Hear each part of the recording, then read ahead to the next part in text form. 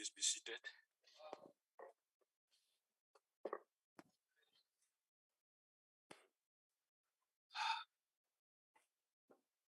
Honorable members, as we normally say,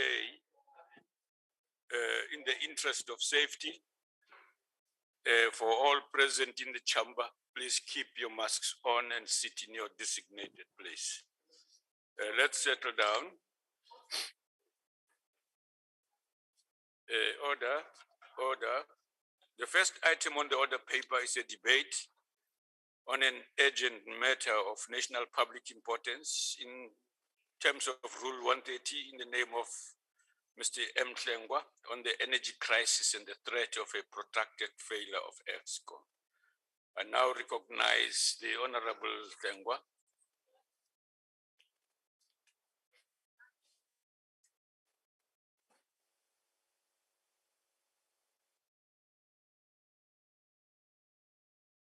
Honorable Hlengwa and all the other speakers who are going to come, please watch your left. That's where you'll get your guidance from. Please, in terms of time. I mean the clock, right? Of course, the other one as well is an appropriate indication. Go ahead, Honorable Member. The Speaker, I thought you were speaking about ideological left. That would have been a huge problem. I didn't deny it. Thank you very much, Honorable Deputy Speaker and Honorable members. At the outset, I wish to thank the Speaker for acceding to the request of this debate, which we sent to her in March, and for the public record, it's not influenced by any other development.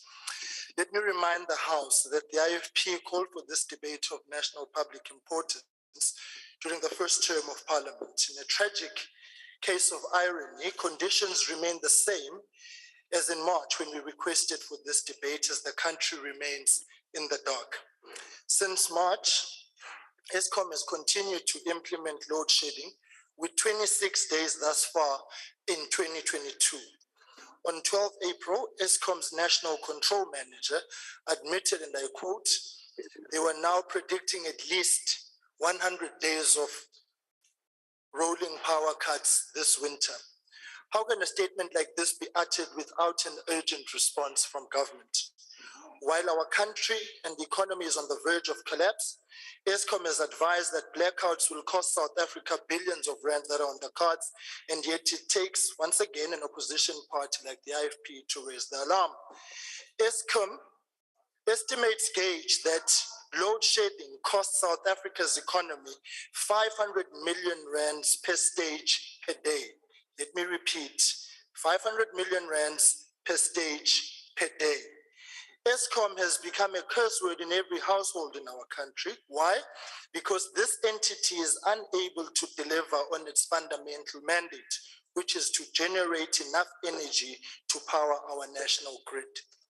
With almost weekly breakdowns and other maintenance-related issues, it is clear that our energy infrastructure is aging faster than Eskom can get its affairs in order.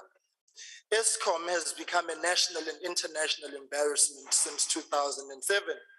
In homes and businesses across the country, South Africans are standing by waiting for real accountability, yet there seems to be a laissez-faire approach by government when it comes to consequence management at this entity. Instead, year on year, this House ends up rubber stamping billions in bailouts. During the budget, the last budget, the Ministry of Finance stated, and I quote, government has committed to providing financial support to assist Eskom's debt service obligations with an additional 21.9 billion rands allocated for this in 2022-2023. What have these billions brought us? Another 100 days of darkness during the cold, wet winter? Deputy Speaker, when asked about the likelihood of a total blackout, energy expert Ted Blom indicated that the power network required complex management with two possible causes for a national blackout: human error and technological faults.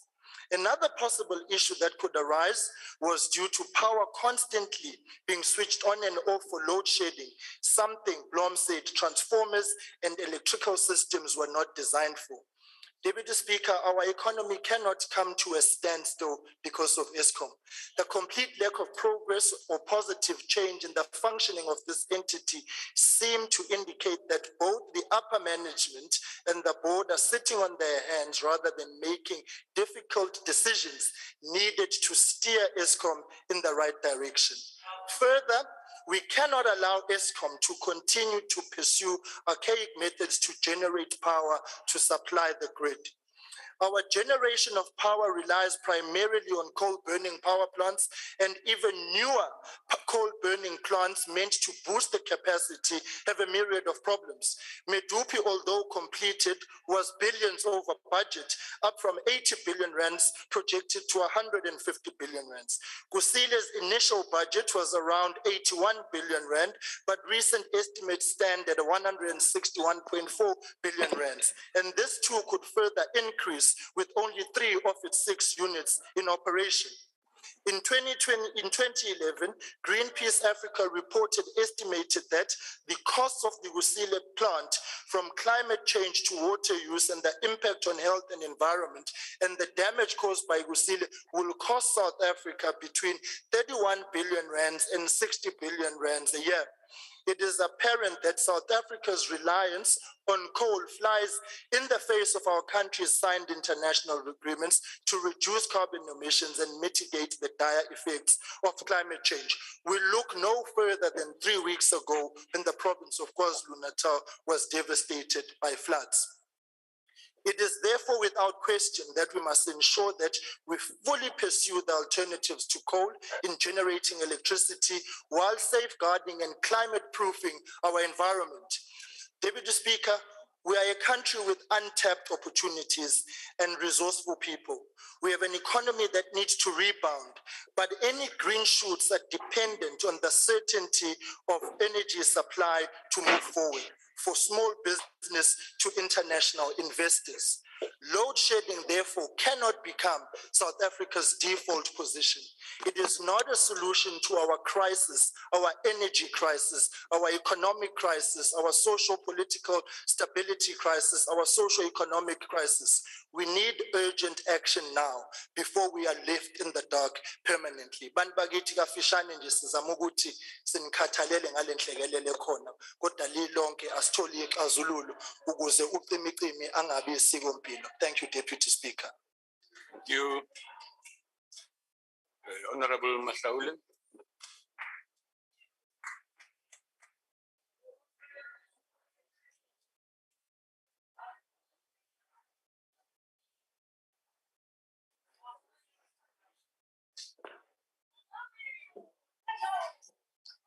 Deputy Speaker, Chief Whip, honorable members, I must confess that when I was tasked to participate in this particular debate, I had expected to speak to an empty room. Not because the ANC is out of touch with load shedding, which negatively impacts on the lives of people and affects the economy, or the ANC does not echo the public call for Eskom to fix its generators and end load shedding. The reason is that this is not the first time we debate Eskom in the House in 2022. And today's debate is marked by the recurrence of the familiar themes. The first debate on Eskom was sponsored by Honorable Kelvin Malam of the DA, who discredited the ANC-led government for following the supposedly incorrect energy policies and strategies in the past. What is strange is that the DA in the city of Johannesburg has commenced with the procurement energy from IPPs, which was made possible for the first time by the energy policies of the ANC-led government. Today we debate Eskom again, but this time around, it is the IFP that has sponsored the motion.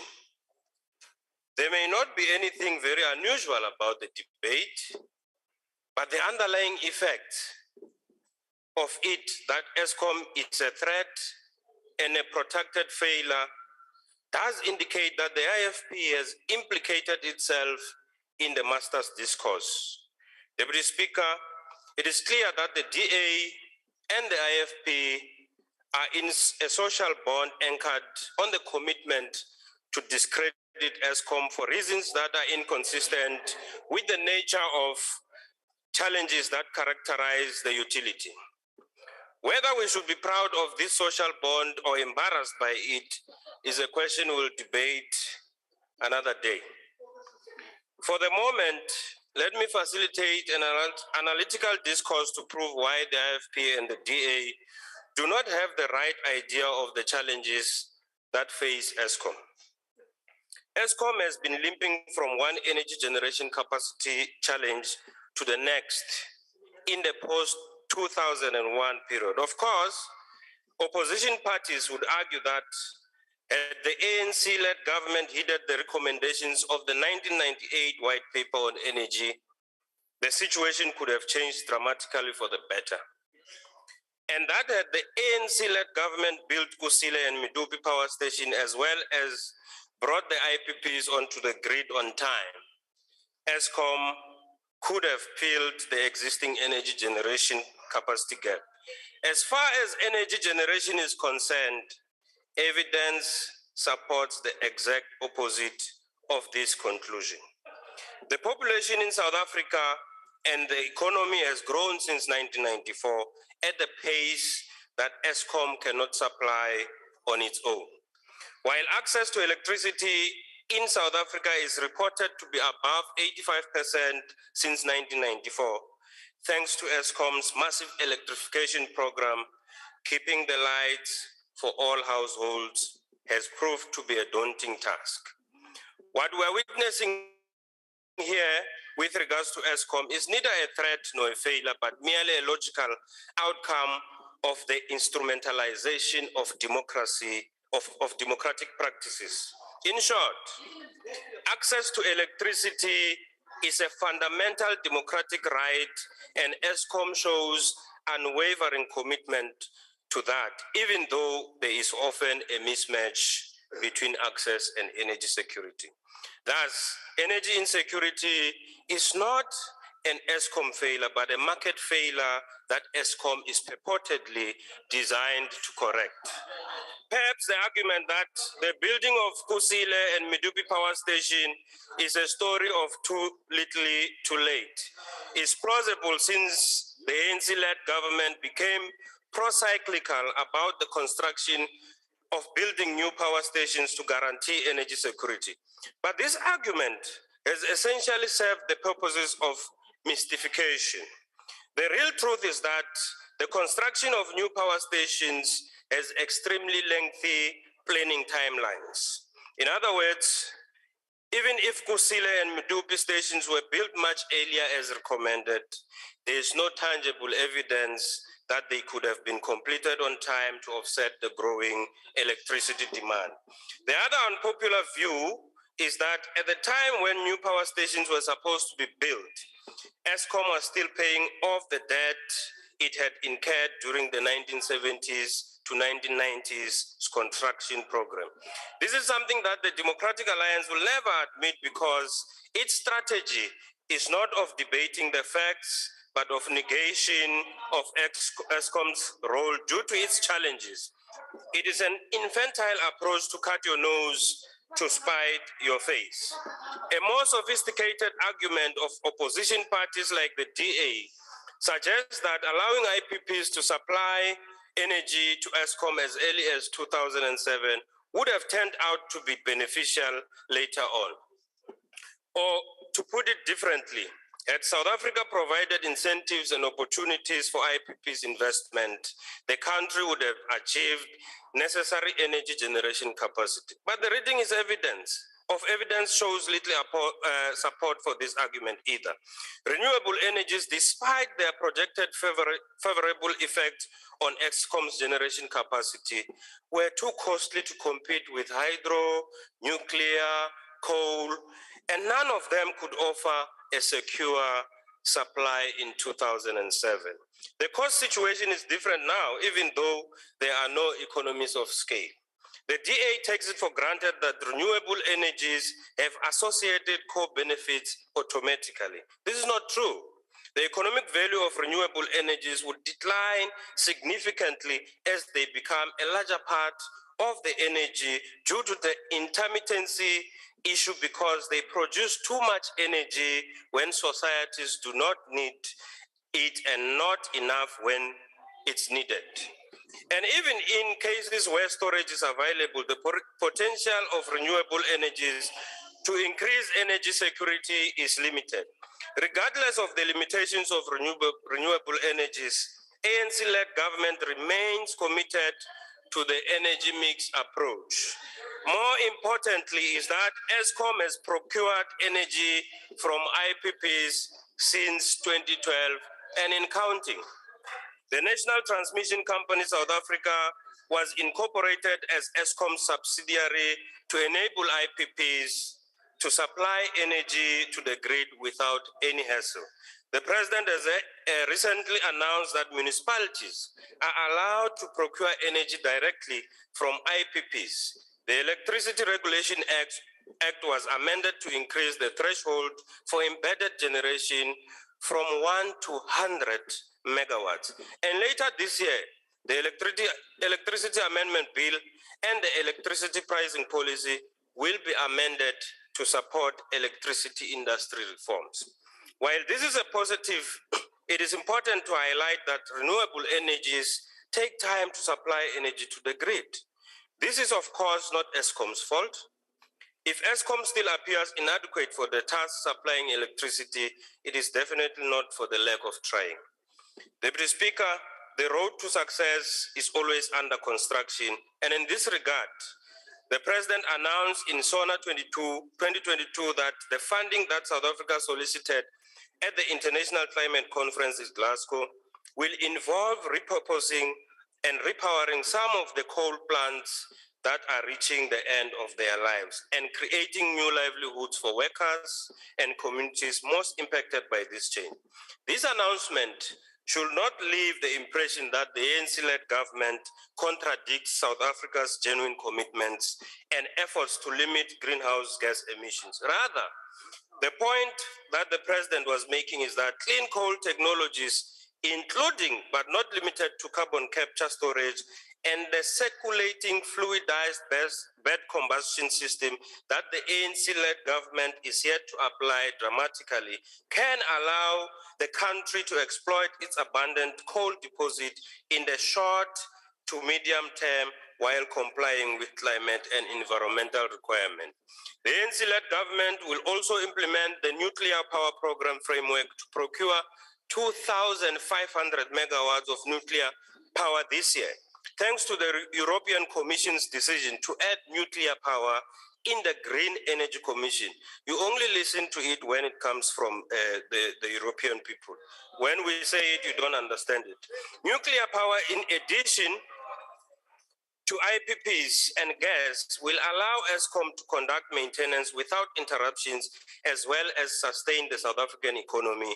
Moreover, the Department of Mineral Resources and Energy is rolling out non-grid connections like solar water heater geysers that are used to minimize the use of grid-connected energy. There is progress in this regard. There is progress in many facets of Eskom, although the process of correction and as well as restructuring to ensure that load shedding can be eradicated and the economy can grow to create jobs is prolonged. It is in the national interest that Eskom must be fixed and restructured to ensure that there is sufficient power to implement the economic reconstruction and recovery plan to reverse the effects of poverty, inequality, and unemployment. Honorable Malam will be debating again for the third time, for the fifth time, the same topic. I hope it comes with a different angle. Thank you very much. Honorable Malam.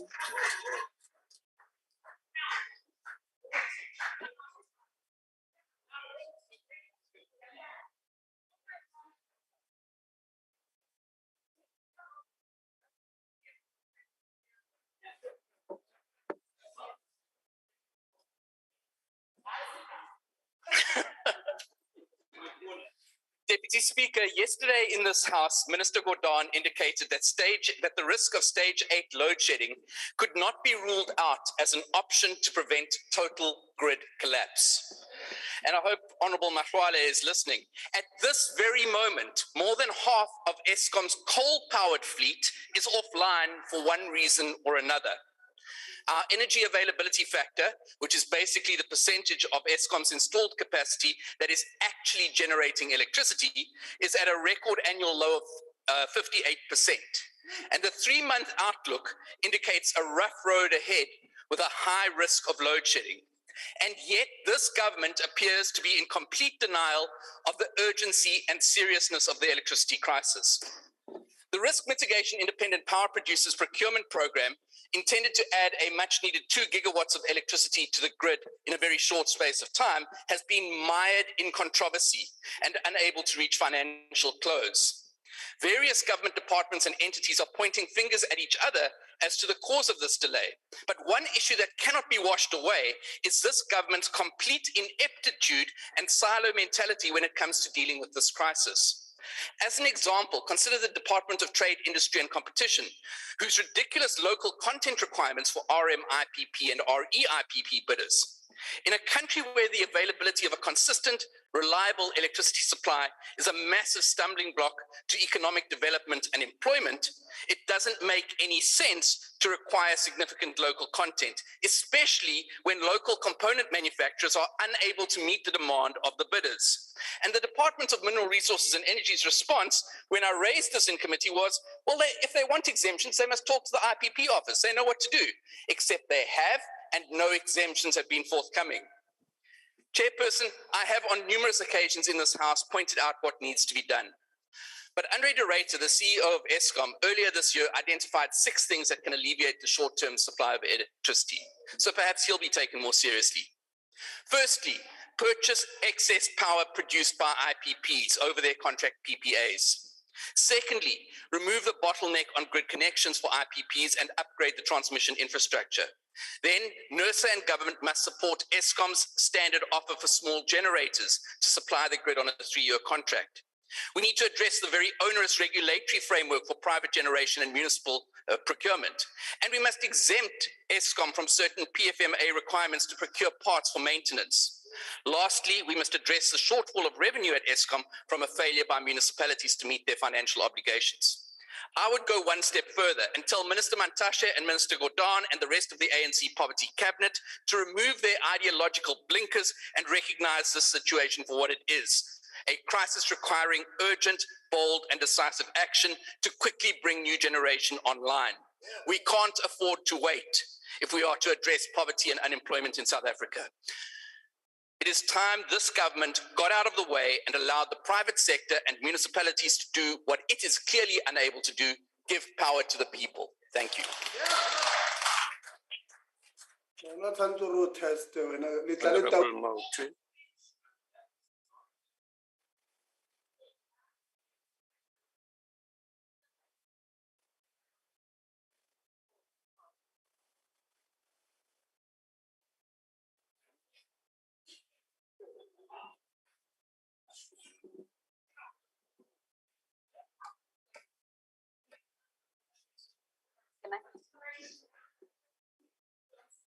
Thank you very much, Deputy Speaker.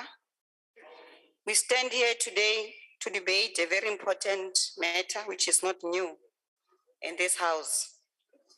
Deputy Speaker, 3 years ago, the former Minister of Finance, Minister Tito Mboweni, introduced the Special Appropriation Bill in the National Assembly to request Parliament to appropriate 59 billion rands to give to Eskom. Lots of commitments and promises were made, and we were told that the money would help to reduce the systemic risk of the energy crisis and stabilize Eskom. When we made input in the debate at the time, we reminded South Africans that this was not the first time such commitments were made with conditions. We reminded everyone that the same was said in 2015 when 60 billion rands loan given to Eskom in 2008 under the Eskom subordinated loan special appropriation was converted into equity.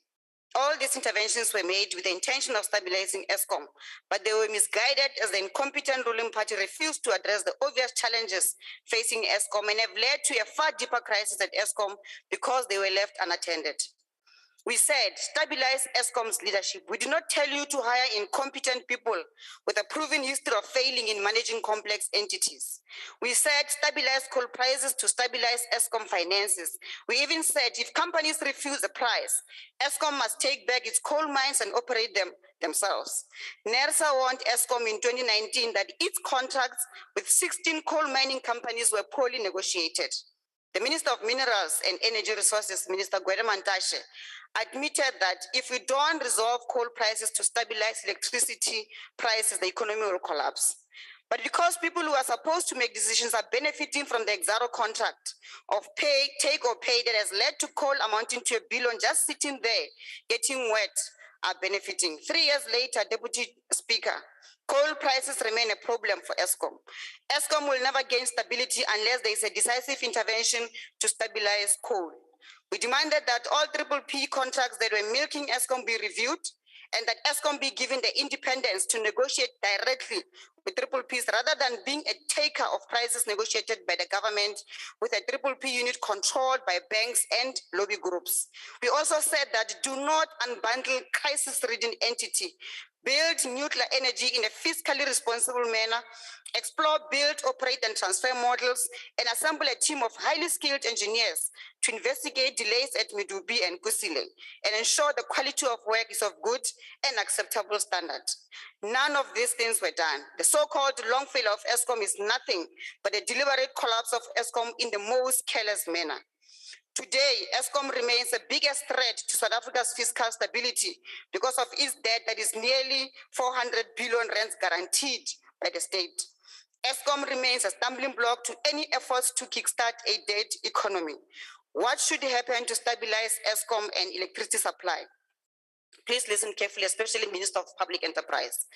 Number one, we are going to repeat this and repeat it until it sinks in your brains. We need to stabilize coal prices, including canceling Exaro corrupt contract. Number two, we need to fire the Eskom CEO, Andre de Ruyter, and COO Jan Oberholzer today, and appoint a new competent executive with an engineering qualification, competent and must come with operational generation experience. How is it that a power unit 4 in Medupi exploded because no one was monitoring it, and Jan Oberholzer was not fired, nor suspended? There's absolutely no consequence management that was taken against this incompetent old wild male. Number three, we must stop the madness of unbundling Eskom. It is misguided and it is corrupt.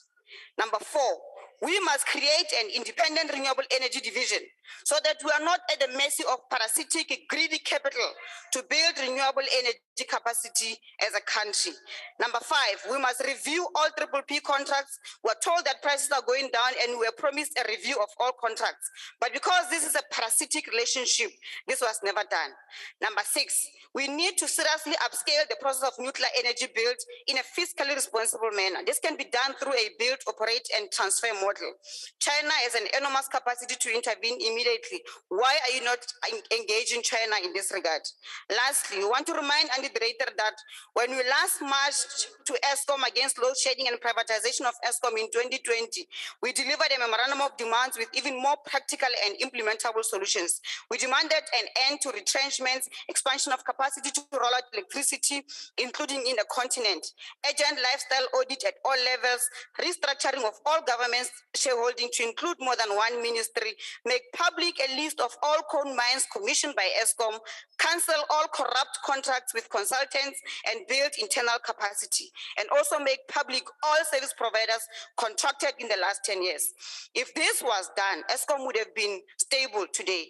When we come back, we will not bring a memorandum this time around. The time for memorandums is over. We want Andre Dreiter to go. We will not continue to stand by and watch the collapse and looting of public strategic assets. We're not going to ask Mr. Cyril Ramaphosa to remove Mr. Gordhan because they share the same collective incompetence. And Mr. Ramaphosa has proven to all that he's a coward, incapable of taking difficult decisions. So the whole lot must go with immediate effect so that we can restore power at our Eskom. Thank you very much, Deputy Speaker.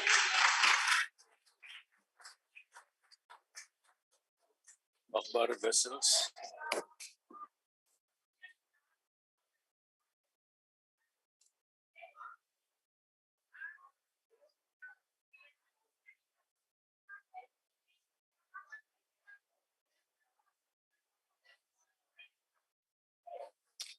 Honourable Deputy Speaker, the member from the ANC does protest too much.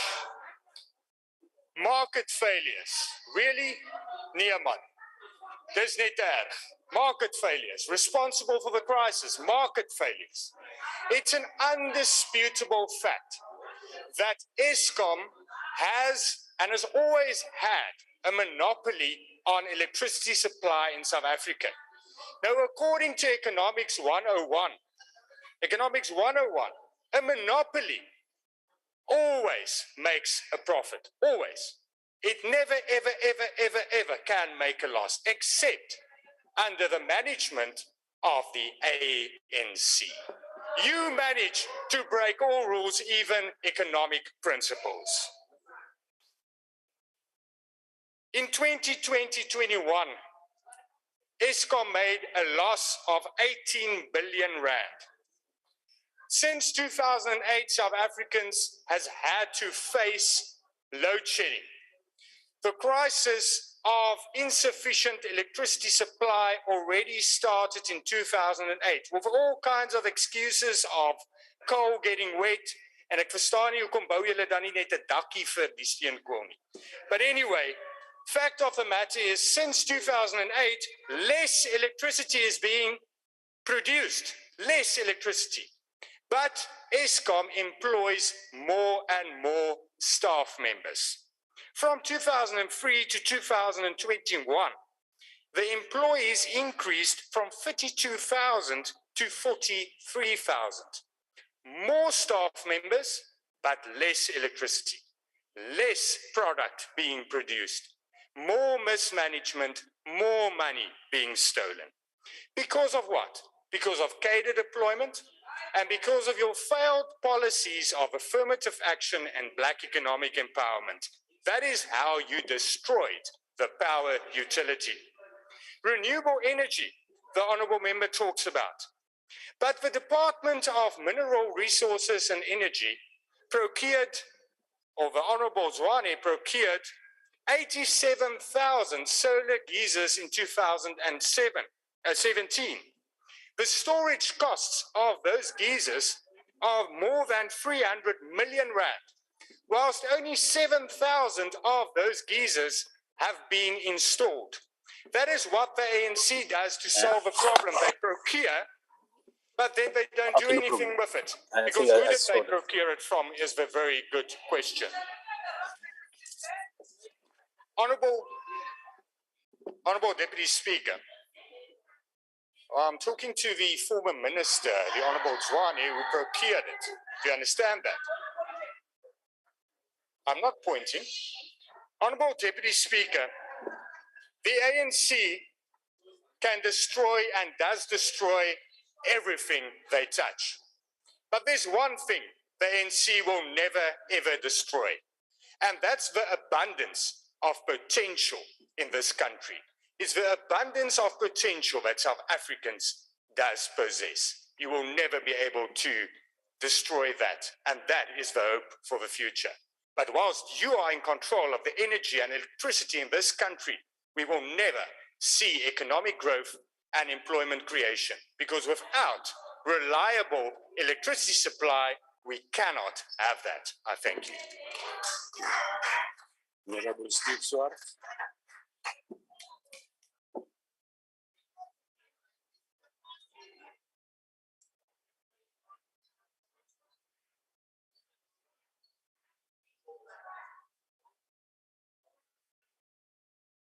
Steve. Deputy Speaker, the ACDP wishes to thank the IFP for requesting this debate. Now, the ongoing crisis at Eskom has had devastating consequences for our economy and for society in general. Ordinary South Africans continue to be subjected to major, increasingly frequent disruptions to every aspect of their lives. This impacts all, including those small businesses and the poor in townships and rural areas who do not have the resources to run generators when there is load shedding. Now, decades of political indecision driven by political dogma and an inability to plan ahead, the deployment of unqualified people into critical positions, as well as state capture and corruption, have seen what was once a world-leading energy company brought to its knees. Now, according to the Zondo Commission, a staggering 14.7 billion was stolen from Eskom itself. Now, it's very interesting that further outages occurred in the very period that the Zondo report on Eskom, implicating many, was released. Is this a coincidence? We think not. And while the current crisis at Eskom can correctly be placed squarely at the door of the ANC, let us not forget those brave members of the ANC. Minister Gordhan, you were part of it. Honorable Mazzoni, you were part of Team South Africa when we exposed the corruption in the Eskom parliamentary oversight. Sadly, a number of those courageous members, such as Honorable Dorothy Ranto, who were not re-elected despite their sterling work and having to stand up against intimidation and death threats. And while it is also correct to hold the present leadership at Eskom accountable, acts of criminality and even sabotage continue to this day at the power stations. According to Mr. Director, criminal collusion is taking place where maintenance contractors are deliberately putting hard objects into mills supplying coal to power stations, causing breakdowns and generating lucrative work for themselves. This is absolutely disgraceful and must be condemned in the strongest possible terms. Then you've got 1.3 billion rand worth of power stations spares stolen from Tutuka Power Station. Thankfully, in this regard, people have been arrested and face criminal charges. But sadly, looting and corruption tends to be endemic. And my perspective from the Justice Committee side is we need to do more. The evidence is now there, and we will be holding the NPA and those involved in investigations and prosecutions accountable to ensure that those that have been involved, as Honorable Gordhan said, those who have benefited in one way or another must stop being treated as little heroes because they are not and must be held accountable. We need to see orange overalls, and we need to see the billions of rands that were stolen being collected and returned to the state. South African taxpayers demand this, and we need to deliver. I thank you. Thank you. UDM. Is UDM on the virtual platform? Okay. Honorable Heron.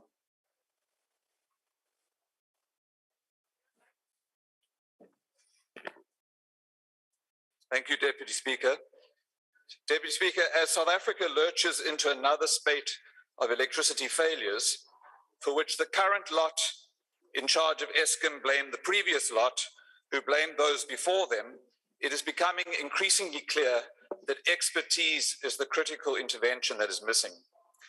The rolling blackouts are accompanied by a roster of rolling excuses, from sabotage to lack of maintenance to wet coal to state capture. Yesterday, the minister said that failing to consider the cause of the problem would be like going to a doctor to get treatment without the doctor identifying the cause of the ailment. Of course, we must consider the cause, but no patient would go to a doctor for years on end to hear the same diagnosis and see no recovery. If they did, they would probably need to see a psychiatrist. When there weren't any blackouts for a year or two a few years ago, it was attributed by some to excellent engineering and maintenance interventions. But others attributed this to Eskom burning unaffordable quantities of diesel to cover up the deficiencies and the plunder of the power station fleet. According to the Department of Public Enterprises and Eskom, at the time, South Africa was then managing to export large quantities of power to neighboring countries. Today, we don't know how much diesel we're burning or if we're still exporting electricity. All we really know is that over the past 3 years, there have been more blackouts than ever before, with 2021 being the worst year since 2007. By the end of November 2021, we had 1,136 hours of outages. 4 years after the alleged state capture crowd were removed from power, Eskom's performance was its most rotten in history. If South Africa doesn't have the people with the necessary qualifications and expertise to fix Eskom and secure our electricity supply, then the government and the state must consider importing expertise from other places. And perhaps this is an area where our BRICS partners can help. This is urgent. South Africa's economy will remain listless for as long as potential investors don't have the security of state power supply. At the same time, last year's announcement of accelerated power production by independent power producers must take real shape and form. This would provide us with far greater assurance than the state's effort to force car power ships on the country without public consultation. Renewable energy production is no longer a futuristic concept. We're already doing it, but we must up our game. Over time, this will enable us to reduce our dependence on Eskom while simultaneously reducing the carbon we spew into the atmosphere. Instead of constantly squirming and retreading excuses to explain its inexplicably poor record, Eskom must take the nation into its confidence. Tell the people what's really going on, what you are actually doing to address it, where you lack expertise, and what help you need. Thank you. Honorable Sheikh Imam.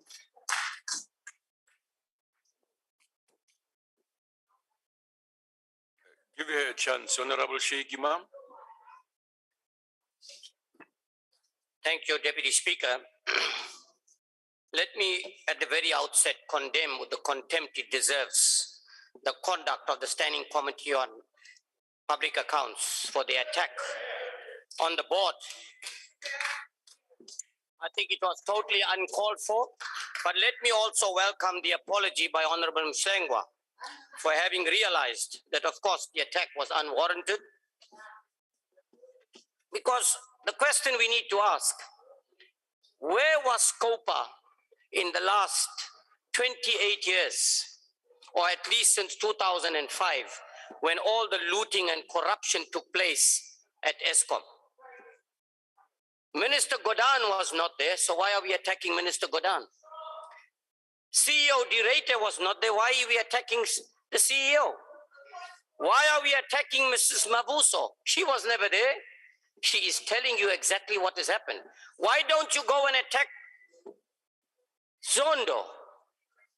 Chief Justice Zondo, go and attack him, because he has said in no uncertain terms that it is the ANC that is the root cause of why Eskom is where it is today, and most of the corruption in terms of the state-owned entities.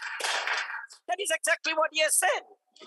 139 billion rand is being investigated just on Medupi and Kusile. Now, just look at this. From 161 billion that was estimated in 2007, it is expected to go up to 450 billion. And still it's not going to be in operation. So what does it simply mean? It was looting, it was cadre deployment. If you listen to what Brian Molefe has said, he said it is common knowledge that I attended meetings of the ANC and I had to pay invoices of service providers. That is exactly what he has said. So is that not the root cause of where we are with Eskom? All I'm asking is let us admit what the root causes and deal with those appropriately. There's no point in saying and finding excuses, and let us not blame each other with exactly what is going on. The South African population increased from 40 million to 60 million now. Does that not tell us that we need to increase our capacity? We need to maintain our infrastructure. We need to build new infrastructure. Does it not tell us? But what did we do? What little opportunity we had, we found to loot and be corrupt, and we've created millionaires and multimillionaires and billionaires out of it. That is the reason why we are where we are. And the question is, when are those people going to be in orange overalls? When are those people going to be held accountable so that we can put Eskom again into the right direction? So I think we must admit we've made mistakes. It's time to correct it. Otherwise, I can tell you, Eskom will not come right today, tomorrow, and in the next 20 years. Thank you very much. Honorable Van Minen.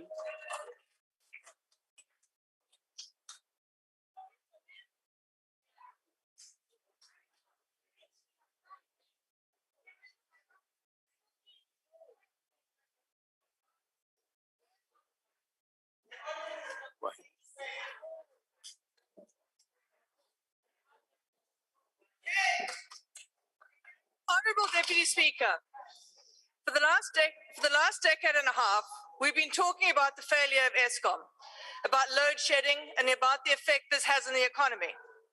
And for a decade and a half, we've been hearing the same excuses. And yet here we are, facing not just ongoing load shedding, work shedding, economic shedding, but potentially a shift up to stage 8 load shedding. Does South Africa know what this means? Not just for lights, not just for appliances, but for water pumps, sewage reticulation, for food storage. What about hospitals and critical medical services? This will devastate the economy and destroy jobs.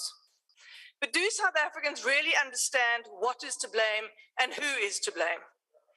2 weeks ago, SCOPA concluded oversight visits to Kusile and Medupi and met with the board and the executives of Eskom. In that meeting, we were told by the executives that the basic reasons for load shedding are the lack of skills, the lack of time, and the lack of money. Well, it's true, but let's unpack the reasons for this. The lack of skills is due to the critical skills flight brought about by skilled personnel migrating abroad. Instead, there's an environment of cadre deployment, of nepotism, and the maneuvering of criminal syndicates into positions of power. Lack of time is due to the incompetence of the ANC government to plan for future power needs. After the white paper on energy in 1998, nothing happened until 2007, when they hurriedly decided to commission new power stations that a decade and a half later are still not completed. Lack of money. Well, we all know about that, having spent the weekend reading the latest installment of the Zondo Commission and how state capture in the Gupta syndicate has looted Eskom and the country. So yes, we can debate for hours about the causes of the current energy crisis and the problems with Eskom, but let's be honest. The basic and most simple reason for all of Eskom's problems today is the ANC. But the ANC doesn't want to hear this truth. The latest example of that is the reception to the Eskom board member, Ms. Mavuso, who called out ANC corruption at our most recent meeting. She pointed out the issues at Eskom are of the ANC's making, and to quote, the ANC's mess. Instead of welcoming her honesty, ANC MPs expressed pantomime horror that this should be brought up, and the chair gave her a lecture of how SCOPA does not allow party politics to influence its proceedings. Rather rich, considering that ANC party politics blocked an investigation into comments by the president in February. What is terribly ironic is that with the latest installment of the Zondo Commission, everything Ms. Mavuso said is true. Not only was Eskom looted of almost 15 billion rand, the ANC also deployed malleable persons to the Eskom board and appointed executives to allow state capture. This particular criminal enterprise is at the basis of what is wrong with Eskom.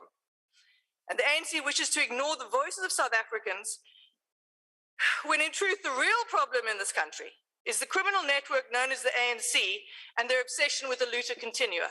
Thank you. Thank you. Honorable Judith Chabalala.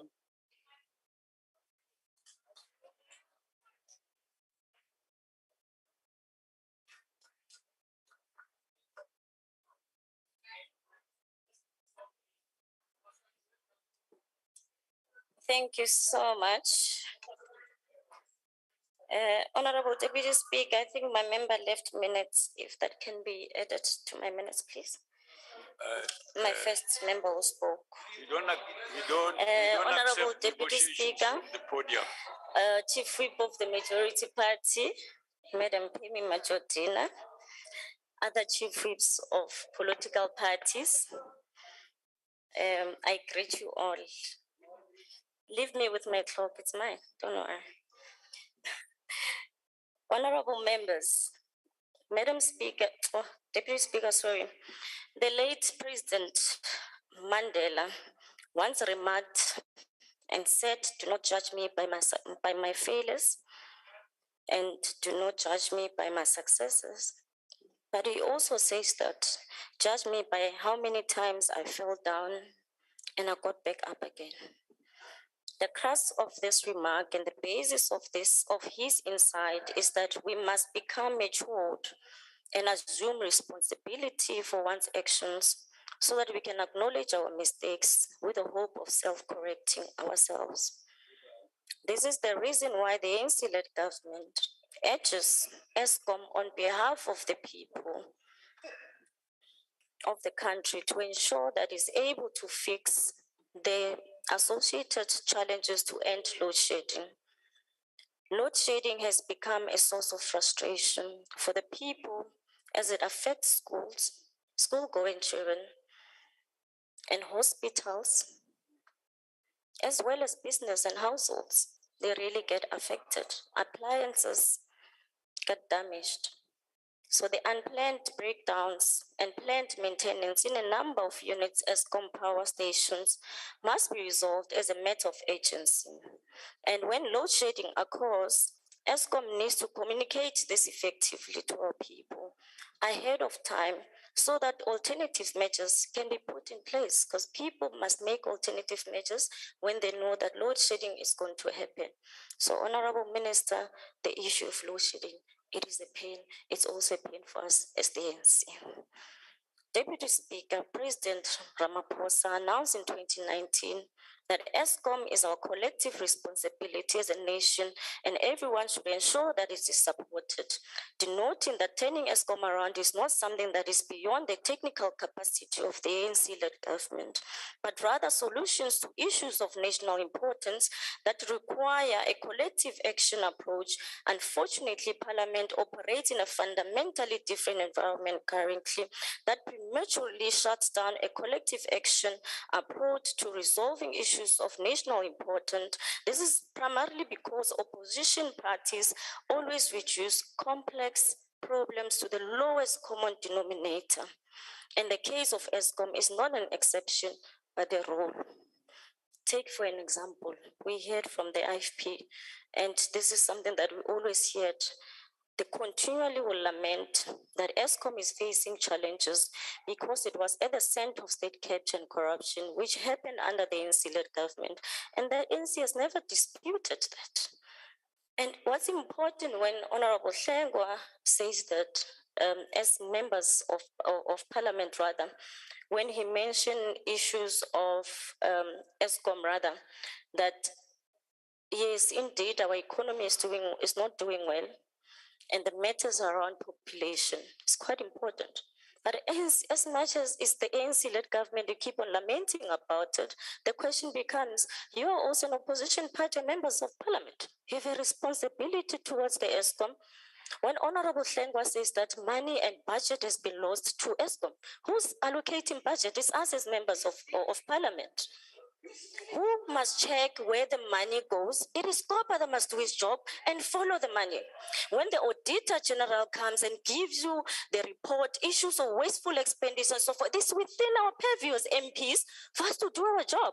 So as we take collective responsibility, that indeed the what we call challenges or setbacks that Eskom is facing, let's also look at ourselves. Mayhem, when you point a finger, check the three other fingers are pointing back at you.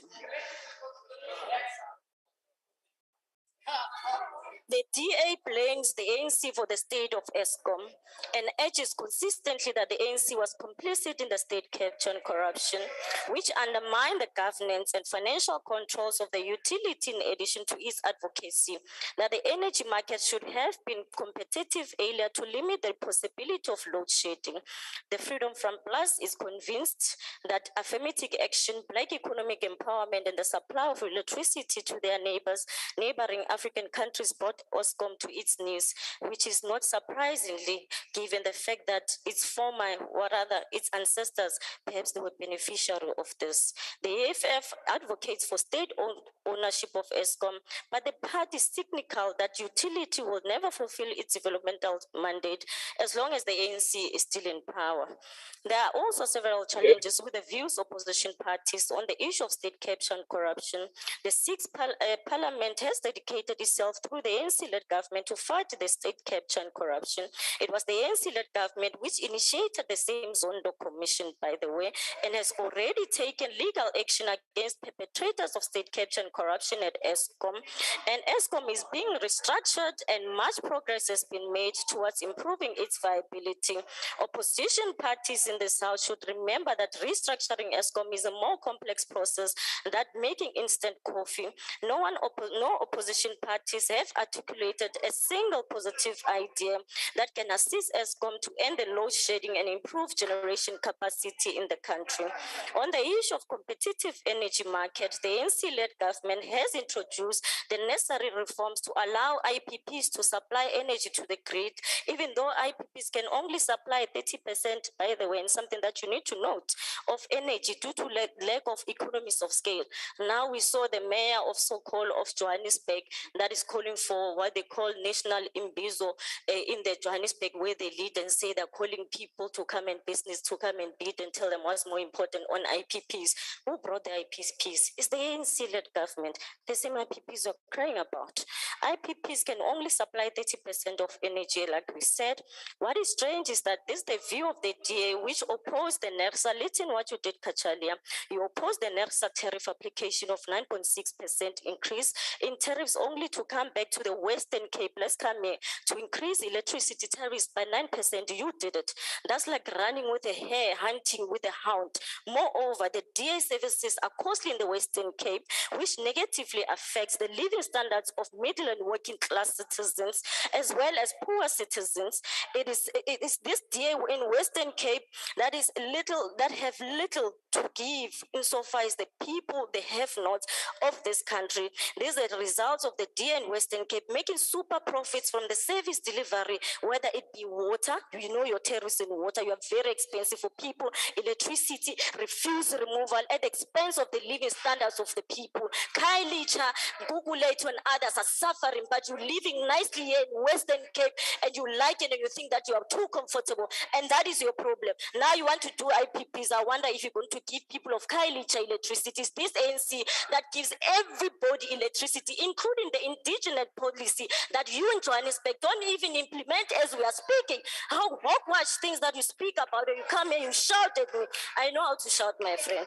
On the issues of state ownership, the ANC-led government has supported the rollout of electrification program to the majority of South Africans attempt to develop new generation capacity through Medupi and Kusile. Therefore, the view of the EFF on the state-owned ownership Eskom under the ANC-led government is the perfect reflection of believing in the Easter Bunny and the Tooth Fairy, Comrade Mountain. On the issue of affirmative action and the BEE ownership and control of state African economies remain skewed, and thus such policies are intended to address the enduring legacy of apartheid, which is the Freedom Front Plus does not want to acknowledge, but rather criticize policies meant to reverse the legacy. The policy is not wrong if in its application is not abused. Furthermore, exporting electricity to other African countries is part of trade relations, since the South African economy is also sustained by the energy sources like hydropower and gas from Mozambique. So guess what? We are going to export electricity to other African countries. Opposition parties miss 5 obvious things about Eskom challenges. Let me tell you. Number one, firstly is the load shedding. It is the direct consequences of the decline in electricity sales, which has dropped over the years, as some of these bulk buyers shifted towards less electricity-intensive technologies, as well as the absence of cost-reflective tariffs due to the triple challenges of unemployment, poverty, and inequality that affects the majority of citizens. This is unfortunate because it starves Eskom of funds to expand maintenance necessary to improve energy generation capacity. Nonetheless, Eskom has a 9-point maintenance plan, recovery plan, that is pursuing aggressively to improve the utility quality performance. Secondly, the demand for electricity exceeds the supply to the rollout of the electrification program in some areas which were denied electricity under this apartheid regime that we had. And President Ramaphosa in the SONA, as far back as 2020, identified this problem, subsequently advocated for the development, growth, and participation of IPPs engaged in renewable energy projects. The regulatory process of ensuring that IPPs can create further generation capacity has been completed and await the development of these projects to increase electricity. Let me respond to you, Kachalia. You see, when you say it has taken us 20 years, let me tell you, Honorable Kachalia, let me tell you, when he says that it has taken 20 years, when President Mandela was taking on government and he was asked a question by the Maison Ian McGray, he asked Mandela one question: what are you going to do with electricity? You know what Mandela said to him? He said, I'm not going to do anything about it as long as you keep on connecting black people and citizens to a cheap grid. That's what Mandela said. And he had a view around it, because we are talking about energy supply for everybody. So don't tell us about the 20 years. We'll tell you what was happening before that, because it was not for majority of the citizens. It was really benefits the fewer that were very comfortable. So don't take me there. The third part that you didn't note, part of the challenges of Eskom, the culture of a non-payment has become a serious mantra on municipalities, and yet we expect Eskom to be flexible. We are reliable and pragmatic solutions that are improving the collection of outstanding debt are being designed and implemented through the installation of prepaid meters. Eskom performance has improved in its relation with municipalities regarding the outstanding debt, as we have witnessed. The debt owed by Eskom, by Soweto in this instance, we keep on complaining and understand it's not that we're complaining, but there's issues that Eskom is unable to collect its revenue from Soweto. But let me tell you, we would have noted last year residents of Soweto would have paid Eskom to a tune where we saw a decrease of 7.5 billion from 12.8 billion last year. So when you say they don't pay, they really do pay. They are unemployed, they're indigent, but they're trying what they can. That's why Eskom must go to Soweto and ensure that it addresses people of Soweto. They too are also part of South Africa. Fourthly, challenge of Eskom. No, Honorable Member, your time, I'm afraid. Thank you so much. Honorable Jafta. Thank you, Honorable Deputy Speaker. Deputy Speaker, one thing that we cannot run away is that the energy supply crisis in South Africa is meant. Honorable members, please, the member is trying to speak above your noise. It's too much. Go ahead, Honorable Jafta. I say, Honorable Speaker, one thing that we cannot run away here is that the energy supply crisis in South Africa is man-made. Just recently, in March 2015, Eskom crisis was said to be a positive crisis within the ranks of the ANC. Not to be outdone, Eskom's own CEO, Tidiso Matoma, told the world that there was no crisis in Eskom. Most recently, there have been attempts to move the ANC away from this crisis. This is largely driven by patronage politics and the mantra of, I quote, I scratch your back, you scratch mine, close quotes. This kind of politics pays no regard to honesty, integrity, ethics, and smack of intellectual bankruptcy. The energy crisis in South Africa goes beyond Eskom. Fuel prices have not stopped increasing. The Central Energy Fund is in limbo and lacks leadership. Honourable members, the biggest question here is how this crisis was allowed to manifest. The real crisis began when members of parliament, at the height of Eskom's capture through optimal poll, closed ranks and hanged Eskom's future in gallows. Today, instead of talking about energy just transition, a migration to clean energy, instead of planning ahead of consolidate the work of Brian James and Bobby Godsell, we are forced to repair the damage of state capture. The very goals of the National Integrated Resource Management Plan of installing generating capacity of 89,532 megawatts in 2030 are bound to fail. For example, we have not diversified our energy sources. We are obsessed with fossil fuels and have shown little commitment to clean coal. In closing, Deputy Speaker, unlike the Minister of Mineral Resources and Energy, we have no qualms about the state of Eskom and energy security in general. We are really in crisis in South Africa. I thank you. Cope here.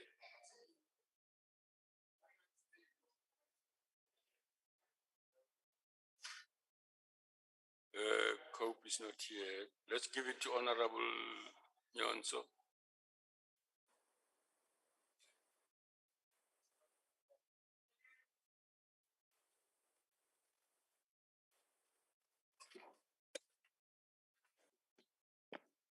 Deputy Speaker, plunging the country into darkness, failing to change the downward spiral of Eskom, using expensive but unworthy methods to arrest the problems inside the operational systems at Eskom, failing to fund the source of decline of equipment, spending excessively beyond budget in the erection of new power stations, and continuously resorting to the blackouts that we euphemistically call load shedding. The same crisis before Eskom's executive management over the years has replicated itself again and again. Without the supposed think tank in the Lekgotla coming up with the lasting solutions, the endemic crisis in a key commodity like energy is a major threat to the industrial and household supply of sustainable electricity. No one would want to set up manufacturing plants when it is not clear whether the machines will run their course during the production process. Eskom is a deficient of strategic direction. The tendency to chop and change, to go in the direction of where the wind is blowing, to come up with private sector-inspired alternatives which will soon cost an arm and leg to acquire basic electricity for households and emerging industrial plants, it means someone at the top leadership of government is sleeping on the job. Ordinarily, we should mark this crisis as treasonous. But of course, there are untouchables in the hierarchy of leadership. But of course, we have a lame duck government. But of course, we have a captured leadership who do not have their priorities right. We would like to suggest that throwing funds to this dark pit is a fruitless exercise. The source of the protracted failure is a dithering administration that has run out of ideas. The root cause of the crisis is the inept Lekgotla gathering on a regular basis that keep on making it worse and rendering a total failure. Lastly, Comrade Speaker, Comrade Deputy Speaker, thina load shedding sifumana yonke le mihla ezilalini. Noba kukho umbane, I'm sure I'm also speaking for Stakespate, Comrade Majordina. Umbane umka ezilalini nethi kududume uyemka, nethi kunethe uyemka, kwawutshintsha iweather uyemka. Kuwesi xa kunetha umka for 2 weeks. Hayi ngumbombayi wombane lona ufaka ezilalini. Thank you. Honorable Hendricks. Honorable Deputy Speaker, Al-Jamaa is a platform for all communities. So I visit Lephalale in Limpopo last month, that's in April, after I was informed that the residents are dying a slow death, and this includes 30% of the residents who are whites.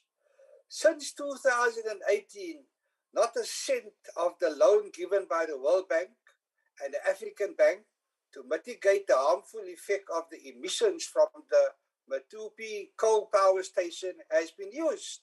Sulfur dioxide emission is still 3,500 milligram per cubic meter, and it is supposed to be below 500. There's absolutely no flue gas sulfurization, and the loan given for this is due to be paid soon. On my visit to Lephalale, I saw heaped up coal flue as nearly as high as Table Mountain. Maybe I'm exaggerating. One of the 7 wonders of the world. But this flue is no 7 wonder, but a sitting time bomb for climate change. The sad news is that something will only be done when the seventh parliament sits. That parliament will blame the sixth parliament for all the harm that has been caused to the residents of Nepal. 25,000 children, men and women, and the elderly are dying a slow death. That should be the reason, Honorable House Chair, that the Chair of SCOPA should be calling the chaos at Eskom as an important matter of national importance. The Honorable Chair should also investigate why there is no public participation on the radar on a new loan to be given by the National Development Bank of BRICS. Shanghai claims that this loan and its conditions, including environment mitigation, will be signed by the Minister of Finance of South Africa before Christmas. This will give you, Honorable Chair of SCOPA, your energy and speed up the protracted Eskom delay, but South Africa will have blood on its hands. Thank you very much, Honorable Deputy Speaker. Very much. Honorable Buthelezi. E.M. Buthelezi. Honorable Deputy Speaker. Yes, Honorable Singh, go ahead. It would seem that he's having problems, and I will take on what he would have said. Honorable Speaker, I echo the words of Honorable Hlengwa, who called for this debate on behalf of the IFP. And I furthermore submit before this House that we must draw a line in the sand once and for all on Eskom. Many of the speakers outlined the technical, operational, managerial, and leadership issues faced by Eskom. Still, many of the speakers failed to mention the millions of South Africans who suffer from Eskom's rolling blackouts and the thousands of businesses held at ransom by Eskom that are struggling to make ends meet. This debate today should not be one whereby we rejoice in the failures of the state-owned entity. We have a duty to our country as members of this House to ensure that Eskom does better. Honorable Deputy Speaker, South Africans want heads to roll. South Africans want justice. And we want those who are responsible for the dismal failure of Eskom to generate sufficient electricity to power our economy and homes to be held to account and hauled over the coals, as you would say. And speaking about coals, I mean, it was ridiculous at one parliamentary committee where I sat, Honorable Deputy Speaker, where a coal mine was being paid for even before an ounce of coal was delivered to any of the Eskom plants, 600 million. And that is because of the Guptas and collusion with certain people within Eskom and the ruling party. Parliament will lose its bite if we keep barking in this House with zero consequences. Our words here cannot be ignored and tabled in Hansard to sit on a shelf for years. As members of this House, we must unanimously agree to the solutions that all have offered in turning Eskom into a viable entity capable of delivering on its mandate. Honorable Deputy Speaker, we need to move our country's energy generation capacity into the 21st century. This is possible through the many interventions we have adopted in this House to allow independent power producers to generate electricity to the national grid. We need to ensure that we empower local and district municipalities financially to unlock the potential of entrepreneurs who can offer innovative and climate-sensitive solutions while creating jobs and developing local communities. Our people are standing by, waiting to assist Eskom, and they are ready to get our country powered up and ready to work. Honorable Deputy Speaker, as I conclude, we have talent in our country, we have leaders who are trusted, and we have the capabilities to be a beacon of the hope. Let us work on all the positives that we have and turn this dismal state around. If the government allows Eskom to fail, it could push South Africa over the brink into becoming a failed state. The IFP will not stand idly by and watch as our country regresses deeper into crisis. And I would appeal to all honorable members in this debate, let's play the ball, not the man. Because, you know, some honorable members are looking for excuses, particularly the ANC, for what had happened. They know quite well what happened and what revelations were made in the portfolio committee that dealt with the issue of Eskom. They know what revelations were made in Eskom. They know the proposals and counter-proposals that are being made by various individuals on how Eskom finds itself to be in this place. So let us accept responsibility that there were people who looted. The looting has brought us into the situation, But let us also say, let us look for a positive way out, because we can't sit by hopelessly and allow things to deteriorate. The load shedding that's taking place at the moment is counterproductive, as I've said, to investors coming to this country. It's counterproductive to people in rural areas who may just have had electricity connected to them, in the last few years or so. We know of incidences where candles fall over and houses catch fire. We know of other incidences that take place because of a lack of electricity and because people have to use. So let's look for positive solutions. Thank you, Deputy Speaker. Thank you. Honorable GKY Kachalia.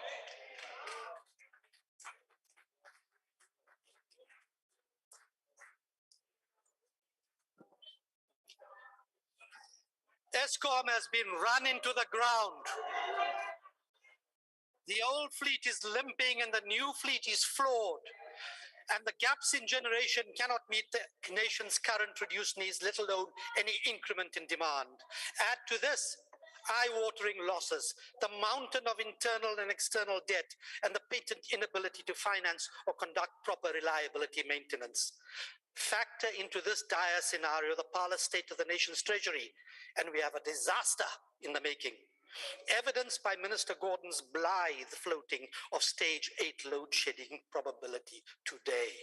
The DA has called for a state of disaster around Eskom to be declared and for an independent commission of inquiry to address the mess that the ANC, as Busi Mabuso had the guts to point out, has made of a key asset. But the silence has been deafening. And now that the impending crisis has finally caused the penny to drop in government circles, we are witness to calls for private sector investment. On what terms, though? As always, the terms are shrouded in secrecy. I reckon the minister owes Ms. Mabuso an apology. No? The bold reality is that the emergency measures like the car power shop option are plagued by 20-year contracts, legally contested procedures, and the predatory pickings of the usual middlemen. The more things change, the more they stay the same.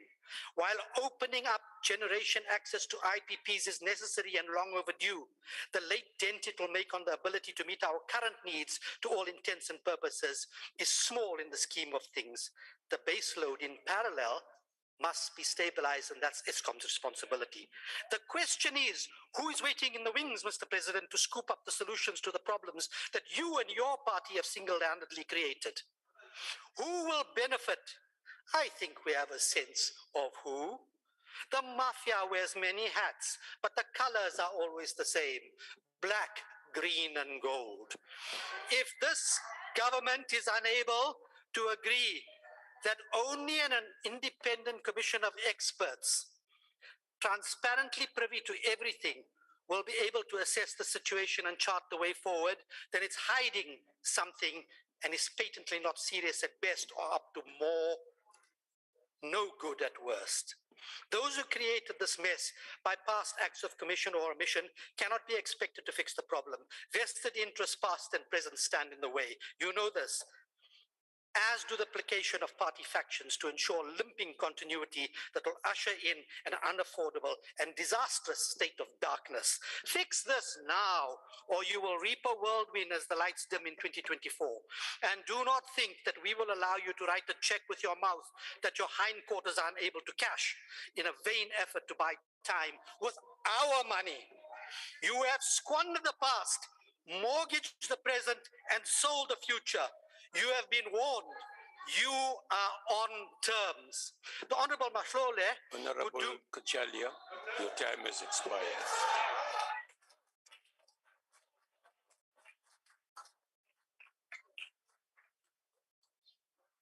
Honorable the Minister of Public Enterprises.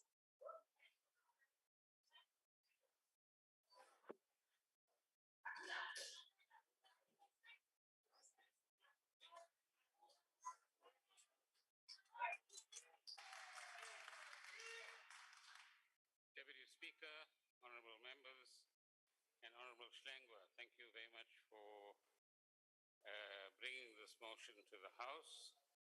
It does give us an opportunity to once again revisit Eskom, to revisit why we are where we are, and to once again speak frankly to the public, not in the melodramatic and theatrical terms that the last speaker just spoke in, which adds absolutely no value to an understanding of what is the problem, what is the solution, how will we get there, who can make a contribution, and who can't make a contribution, and he's absolutely number one in the list amongst those who can't.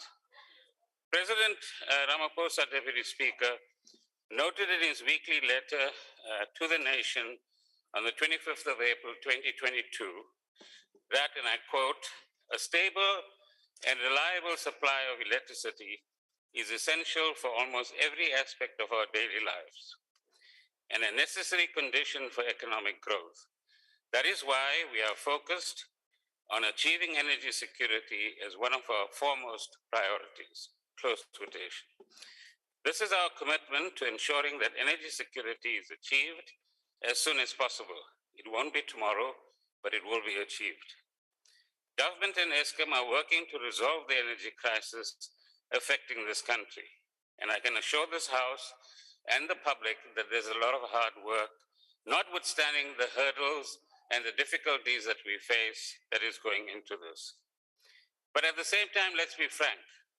This is not a task that is either easy, nor is it going to be a quick fix. It's going to take time, and it's going to take resilience, and it's going to take determined efforts, and lots of hurdles along the way. We appreciate, as the President said, that load shedding costs our country dearly, and it causes great frustration among all South Africans and creates hardship for households and businesses. We understand the impact of energy supply interruptions and that they have on people's livelihoods, on students at school, on households, on broader socioeconomic impact that it also has on our recovering economy. Students can't study, getting home with no means to warm food at night, leaving early in the morning in the cold, business production processes disrupted, generators required to be bought and maintained, and increasing diesel fuel prices. These are some of the impacts of load shedding and the difficulties that we find with the major provider of electricity in South Africa, that is Eskom. Load shedding, therefore, is not an abstract phenomenon. It has the real everyday effect on people's lives. Equally, let's be frank with South Africans. This is not about rhetoric. Let's be frank. Eskom does face a serious set of challenges. South Africa does not have energy security at present. While previous administrations, boards, and management caused some of the problems, it is this ANC administration, starting in 2018, that takes the responsibility to ensure that in time there will be energy security and that it will transform Eskom. We take the responsibility for whatever has been done, but we will cure whatever has been done given the time and the effort that we will put in. We will tell you what the root causes of the problem are, not the kind of language that you've heard until now in this debate. We have a clear plan to sort out these root causes, although it will take time. And like the public, we are also impatient and want to see results and an end to load shedding. We know that some processes to introduce new investment in generation can move faster, and this too is receiving our attention. What is it that we want to achieve for this country? As the President said, and I quote, "The process of structural reform this administration has embarked on in 2018 will have a far-reaching impact on the South African energy landscape, even if the changes will take time to bear fruit." So there must be energy security in South Africa sooner rather than later. There must be sufficient investment, both from the private sector and the public sector, in baseload and peaking power, including battery storage and other technologies. Eskom must be transformed into a new viable institution. There must be both private sector and public sector investment in generation in particular. The transmission company must be a viable entity in its own right as a subsidiary of a new Eskom holding company, which can attract its own investment and undertake massive expansion of the grid. The independent system and market operator must be able to transact with a variety of generators in a competitive generation market so that consumers receive the best price possible for the electricity they use. The decarbonization process in the electricity sector, which contributes 41% of overall carbon emissions in South Africa, must advance at a faster pace, and the just energy transition and its institutional framework must be in place and operational. New technologies such as carbon capture and other forms of technology must be explored, and municipalities in particular must invest in their distribution infrastructure and ensure regular maintenance of that infrastructure. So what is this administration, what did it inherit? And what is it that it is trying to fix? True, South Africa's fleet of coal-powered power stations are old and their performance is deteriorating, but they're not necessarily decrepit. So there's much better maintenance that is possible from private contractors and the engineers within Eskom itself. And that is what the board and the management must continue to drive. Despite warnings from energy experts about impending energy shortages nearly two decades ago, we will be the first to admit that there wasn't a quick response to that. And the 1998 white paper that some of our colleagues have referred to.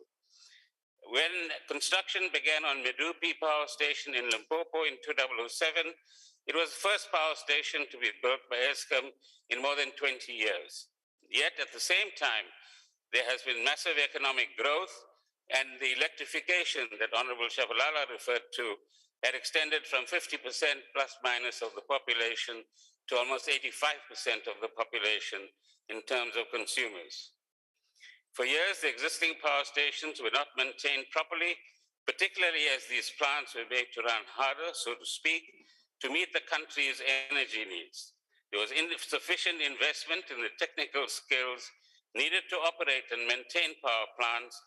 And of course, the state capture regime ensured that competent engineers and skilled people left Eskom rather than remained in Eskom. Eskom's huge debt burden of some 400 billion rands, including that which municipalities owe, is still a major constraint on Eskom itself. So it is quite clear, as the Zondo Commission reports, that state capture in the last few years compounded the problem that Eskom faced. And I quote from Chief Justice Zondo's report released last week. Firstly, the evidence of Ms. Daniels, Ms. Dlamini, and Mr. Masongo as a whole proves two things conclusively.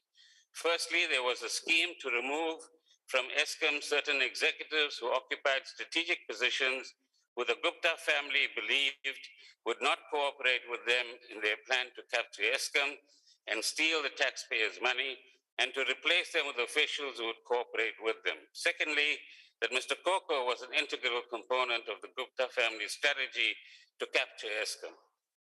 At paragraph 1253, it says the 2018 board came to understand that procurement processes and people are at the center of the challenges, and internal controls were not effective.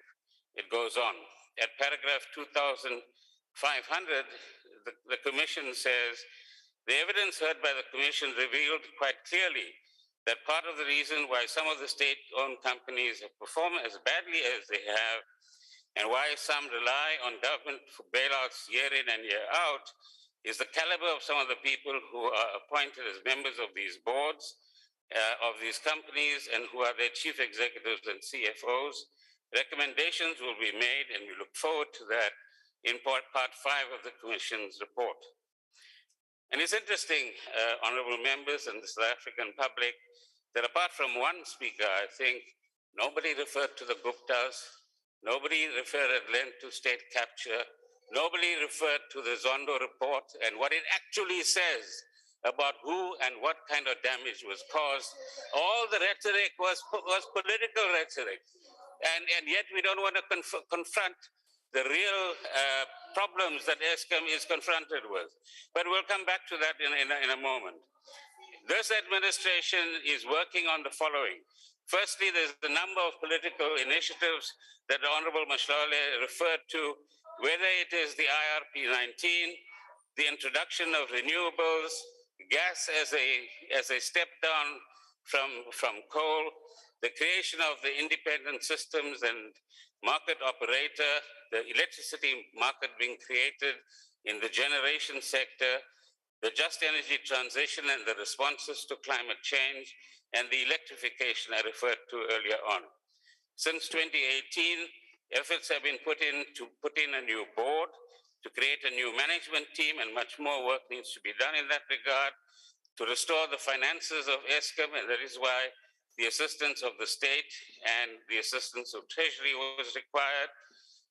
And that money, which is being put into Eskom, is actually utilized to ensure that Eskom is able to meet its debt service costs, not for operational purposes at this point in time. But pretty soon, we will be meeting to determine what are the options that we have in relation to resolving the debt issue that Eskom is confronted with. Similarly, the IRP 19 points to the energy mix that some of the speakers have referred to. Eskom has dealt with the corruption issue in its own ranks, and there's an over 3 billion rand claim that has been lodged against previous boards and management, and of course it will take its course through the courts. There's no doubt that further expertise needs to be brought in, particularly in the generation sector, but as Eskom itself changes, new types of expertise needs to be brought in as well. Procurement, in particular of coal, and the parts that are required for the generation plant are also important areas that require further attention by the board and by the management as well. The state itself has assisted in many ways to ensure that Eskom operates better, although not completely effectively at this point in time. From the governance point of view, as I indicated, from the department getting external technical assistance to review some of the work of Eskom, the establishment of the Eskom political technical team, chaired by the Deputy President, and bringing in new leadership at various levels within Eskom itself. But I think what is important, honorable members, is to recognize that the senior management team at Eskom also faces a huge burden on behalf of the country. And they do require words of solidarity and words of encouragement when we see that load shedding is happening at the rate that it is happening at this point in time. Not just unrelenting criticism, which doesn't help in any kind of way, provided that the criticism is designed in order to assist Eskom to perform better at the end of the day. So, is Eskom broken or dysfunctional? Eskom is not broken. It is not dysfunctional, but it does have a crisis, and it does have a series of challenges, and as we said, it will take time to resolve some of them. And in particular, if we are able to acquire 4,000 to 6,000 megawatts additional energy for Eskom, then we create the space for the kind of maintenance that actually needs to occur. Is there a threat of a protracted failure of Eskom? No, because ultimately the Eskom that we know today won't be the Eskom that you will recognize in 10 years' time. It'll be a completely different entity. Let me conclude by saying the following, that reference to the ANC as criminals is wrong. There are many honest, dedicated, patriotic South Africans who are members of the ANC, just as they are members of the DA, the EFF, the IFP, or any other party.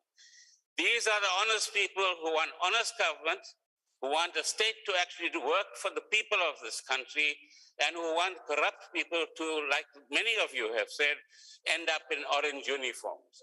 Those are the people that all of us should combine with to ensure that we leave behind a country for future generations that we as this generation can say we are proud of at the end of the day. So don't call us all thugs, we're not. We are the people who are trying to fix South Africa. We are the people who want to fix institutions like Eskom, and we will succeed at the end of the day. Thank you, Deputy Speaker.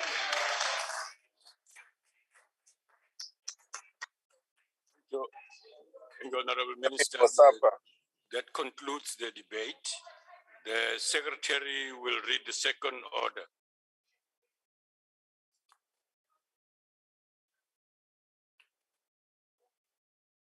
Consideration of report of Portfolio Committee on Police on report of Commission for Gender Equality on the state of shelters in South Africa. Now call upon the Honorable Tina Jumat Peterson to introduce the report.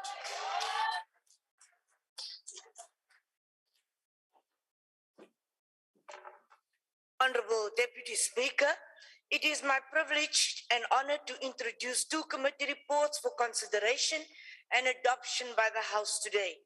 In terms of Chapter 9 of the Constitution, the South African Human Rights Commission and the Commission for Gender Equality are institutions supporting democracy. The importance of these institutions can never be underestimated and are vital to our constitutional democracy. The two substantive reports from these institutions were referred to and considered by the Portfolio Committee on Police, the National Investigative Hearings into the Status of Mental Health Care in South Africa, and the Investigative Report of the State of Shelters in South Africa. These reports concern two of the most vulnerable groups in our society, women and persons that need mental health care. As a country, our women are suffering disproportionately from gender-based violence and femicide compared to the rest of the world. Shelters offer victims of domestic violence a safe haven where they can escape the nightmare of suffering violence from an intimate partner at home where they are supposed to feel safe. The report on the state of shelters in South Africa did not make any recommendations regarding SAPS, but the committee noted that these relationships between SAPS and the shelters all across all provinces must be monitored. We are concerned, Honorable Deputy Speaker, that the South African Human Rights Commission held a national inquiry into the status of mental health care between 14 and 15 November 2017. The time it took for us to complete this report was way too long. We will continue as a committee to work with the South African Human Rights Commission to ensure that the recommendations they have made will be implemented. It is our constitutional mandate as a committee to exercise our oversight, especially on vulnerable and marginalized groups and how these groups interact with the South African Police Service. The ANC and the committee supports this report. I thank you. Thank you very much, Honorable Member. Is there any member from any political party that wishes to make a declaration? I'll recognize the ANC. ANC? Oh, my apology. No, let's allow the DA first. You may park there, ma'am. DA, honorable member from the DA. Honorable Chairperson, the Commission of Gender Equality, the CGE, tabled an investigative report of the state of shelters in South Africa in Parliament in May 2019. The report only highlighted the police's responsibilities of shelters, but did not make any recommendations regarding the SAPS. The CGE only mentioned the good relationship between shelters and the SAPS across all provinces. This report focuses on the most vulnerable groups in South Africa, and therefore their rights must be protected as a matter of priority. The SAPS is usually the first government department to which gender-based violence occurrences are reported to, and their assistance must go further than merely opening a criminal case. SAPS officials must determine whether the complainant is in danger or not, and if yes, steps must be taken to protect the complainant from possible further harm. Assistance must also include medical treatment and safe interim accommodation should it be deemed necessary. The victim's right and further required action should also be explained to the complainant as far as possible. The SAPS must enforce existing protection orders, which may also include the arrest of any perpetrators. The police should keep on playing a leading role in these cases, coordinating the state's effort to investigate and build a prima facie case against suspects. Station commanders are compelled to establish and maintain trauma rooms at all police stations in terms of national instructions to create an environment to safeguard victims of these horrendous crimes and to contribute to successful prosecution. These criminals must preferably be removed out of our communities, thereby creating safer environments. The CGE monitors whether the government creates and implements laws, policies, and programs that are intended to advance gender equality. The South African Police Service has made great strides with the creation of trauma rooms at or near police stations. However, there will always be room for improvement, and in this case, the rural areas still don't have the benefit of an integrated approach. A huge effort is still needed in these areas to bring service delivery on par with the most densely or more densely populated areas. South Africa needs more shelters to cater for the ever-growing need. A large percentage of women and children are often turned away, especially for long-term shelter. Government has no formal plan in place at the moment on how they make sure no young people may fall through the cracks when they turn 18 while living in shelters. They are left behind, job and homeless, and could turn to crime and even sex work to support themselves. These youngsters are often left at their own mercy with nowhere to go. The LGBTIQA+ and other vulnerable groups often in need of shelters themselves. No such facilities exist at the moment across South Africa. The availability of well-placed shelters across the country is an absolute must, but a shelter alone solves only part of the problem. A proper functioning shelter is also reliant on a professional staff complement to serve the community of that area. This goal can only be achieved through an intensified national focus. Members of Parliament must step up their oversight effort to quantify the country's need. Chairperson, the Democratic Alliance is committed to see this ideal through. I thank you. Thank you, Honourable Member. Now I recognize the member from the EFF.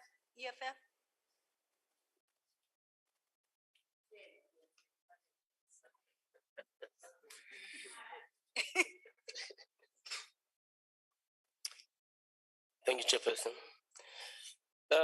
Chairperson, South Africa is home to the vilest of human beings who prey on children, women, and the elderly.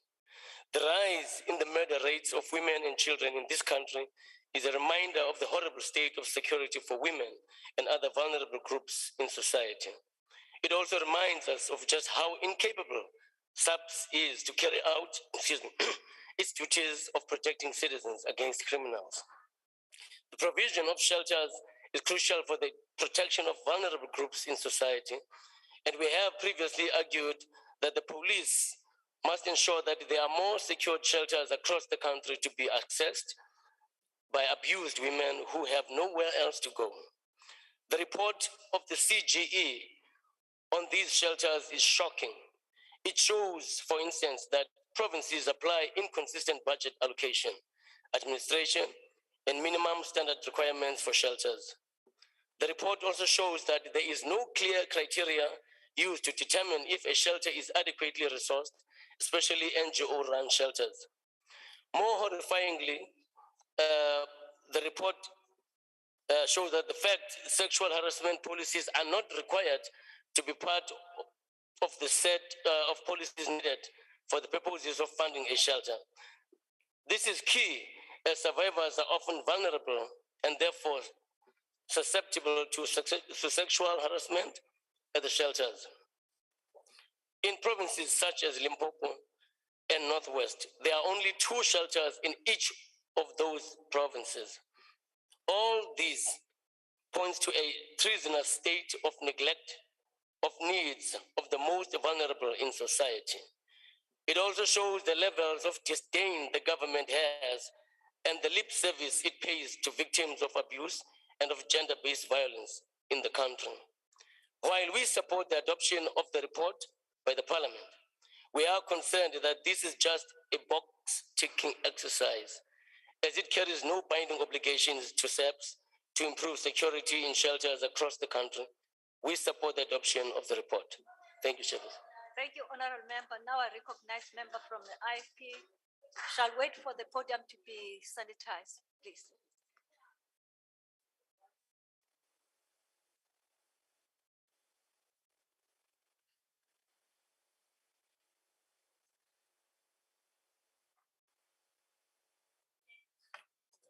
Ngiyabonga kakhulu sihlalo noma le phoda ngathi imfishane nje kuthini esibade impela ayilungiswe ngoba ngiyabona impela ukuthi sengimude njengothukela sihlalo I present this declaration on behalf of my colleague Comrade Uzandile Majozi. The report under consideration of the Commission for Gender Equality's investigative report of the state of shelters in South Africa was tabled in Parliament in May 2019.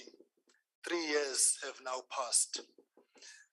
Although the pressures and restrictions imposed upon parliamentary committees by COVID-19 pandemic had an impact on the work of Parliament, is this an acceptable time frame for the consideration of this report, and particularly the gravity of the subject matter?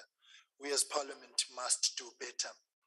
Further, due to the progress of time, the CG has since published the 2021 progress report on the report we are considering today. How long before such is tabled and then signed off on again?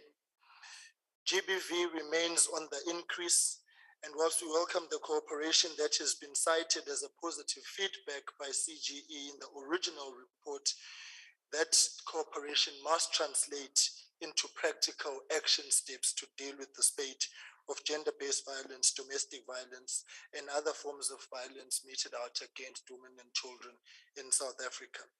We must also, of course, accept that there are budget shortfalls which we must deal with, which hinder the important work that shelters do in South Africa.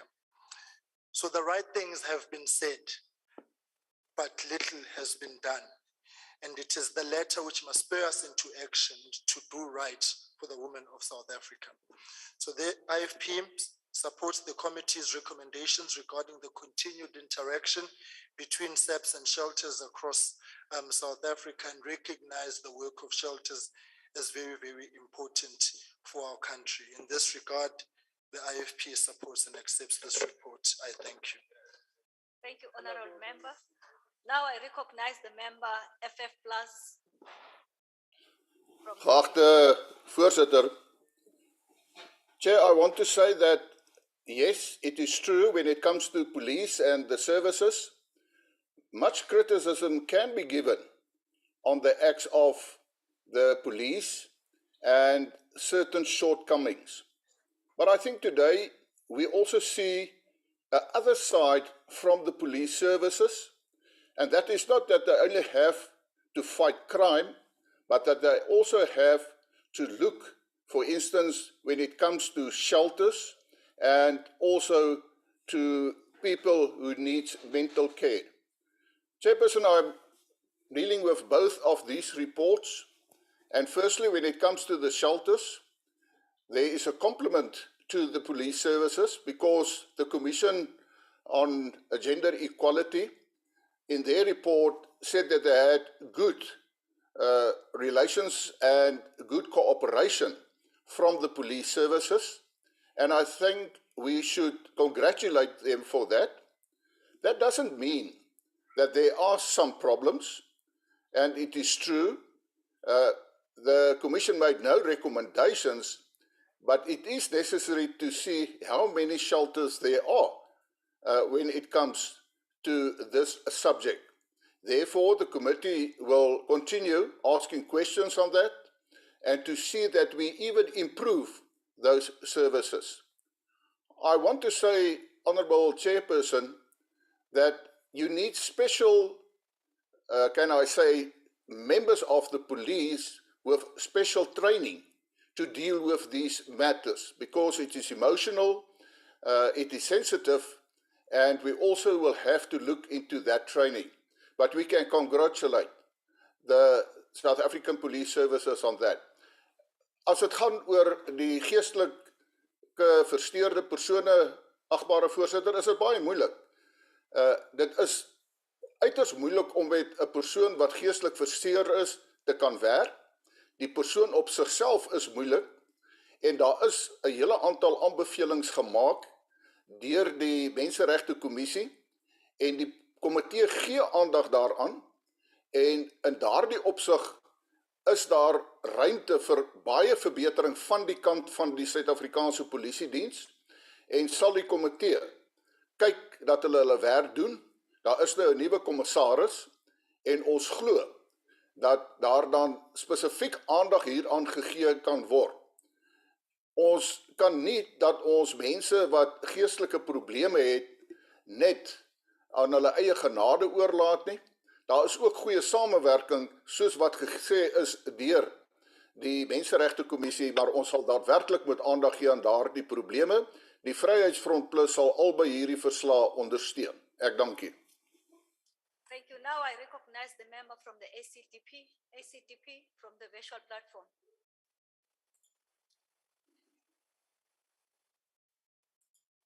ACDP. Honorable members, we shall proceed. I recognize the member from the UDM. Sorry, House Chair, Yeah, okay. on behalf of the ACDP, can I just, Honourable Mesho was trying to connect. Can we just try and call him you again? request an opportunity. May I'll come back to you. May I recognize Honorable from the UDM?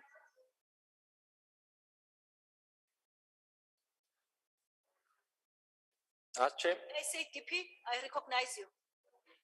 House Chair, the ACDP has considered this report, and I will focus on the situation of the report, the second report.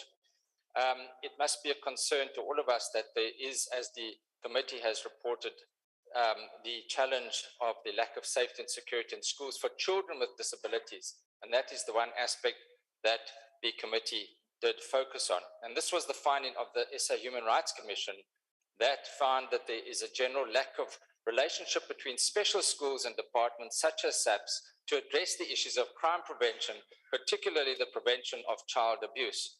Now, whilst the Police Committee noted that the SAPS has a school safety plan which manages this school prevention and prevention of abuse at schools, this plan has not as yet, at the time of this report, extended to special schools. And the question obviously is why, whilst the SAPS had that special school safety plan for schools, why was it not extended to special schools? And one needs to just bear in mind that this report of the SA Human Rights Commission was tabled in October of 2019. And so we welcome the recommendations of the Police Committee that it will ensure that SAPS implements the full school safety strategy in special schools and takes all necessary steps for crime prevention and safety at special schools. The ACDP will support both these reports. I thank you.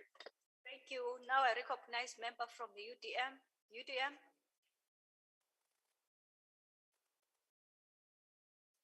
Honorable members, UDM, I won't come back to you. You have forfeited your time. I recognize the member from the ATM. ATM, same applies. We shall move. I recognize the member from the Good, over to you.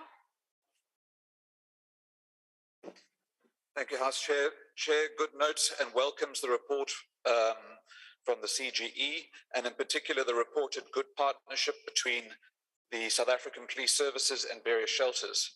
However, we cannot ignore the portions of the report which clearly indicate weaknesses in the social services system, and we call on the Social Development Department to address these. Some of them include that the minimum standards on shelters in the 2001 version and the 2004 versions are not being met, And of course, part of the problem is that the funding per person in need has fallen in real terms to almost half, from 16,000 Rand per person to 9,000 Rand a person. The report also indicates the lack of standardized practices, policies, skills development, and complaints mechanism. So by implementing proper policies and processes, we would be able to enhance the services that are needed by the community and provide meaningful resources to GBV and other shelter needs. A lack of accredited courses for survivors at shelters makes it difficult for them to enter the job market, leaving them with no income and often forcing them to return to abusive environments or relationships. There is also an absence of standardized approaches to accommodate and assist members of the LGBTIQA+ community. Although shelters claim not to discriminate against this sector, this is not the reality. Many shelters don't admit men, and this is further an obstacle for those who identify as transgender. The support to shelters is inadequate, and serious interventions are needed to address gender-based violence. We need to factor in different aspects of shelter-related costs when allocating budget. Finally, House Chairperson, the lack of social workers, therapists, and counselors are limiting shelters to provide the necessary services, which is crucial for the reintegration of GBV survivors into society and to independence. Thank you. Thank you. Honorable members, now we recognize the member from the NFP.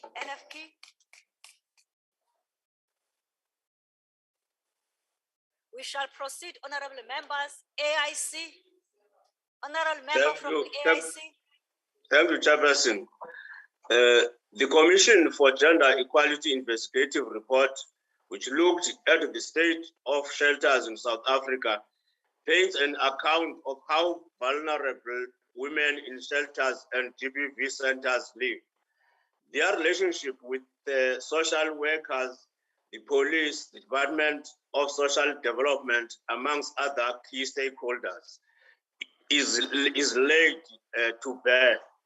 A glowing picture is painted of how effective and efficient policing, alongside heightened psychosocial support provided to these women, is embraced by not only the Masimanyane shelter in the Eastern Cape or the House of Hope in KwaZulu-Natal, less the Grace shelter in Mpumalanga and the Kimberley shelter in Northern Cape, but also other NPOs specializing in GBV matters.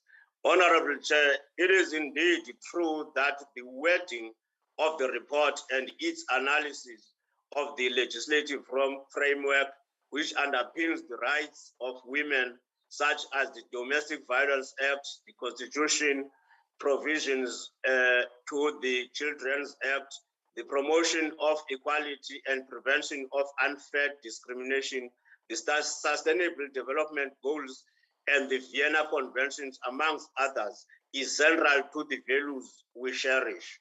In this light, Honorable Chair, we cannot oppose the adoption of this report.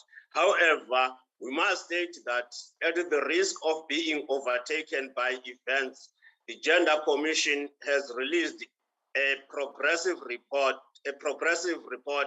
on the state of shelters in South Africa. In this regard, the Portfolio Committee responsible for social development, in the spirit of cooperative governance, may have to revisit this progress report. I thank you. Thank you, honorable member. I now recognize the member from Cope. We shall proceed. Honorable member from PAC.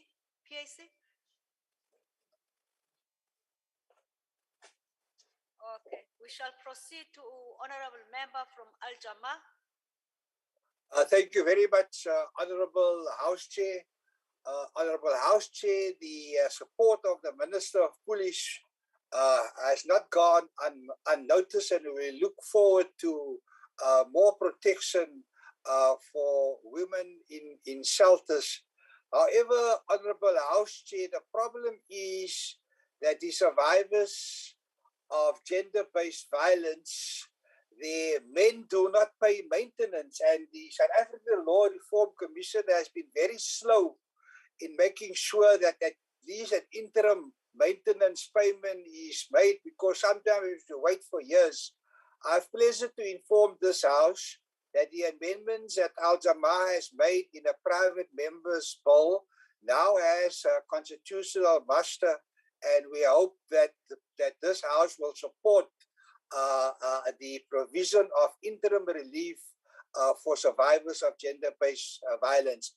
Al-Jamaa supports the two reports. Thank you very much, Honorable House Chair. Thank you very much, Honorable Member. Now I recognize the member from the ANC.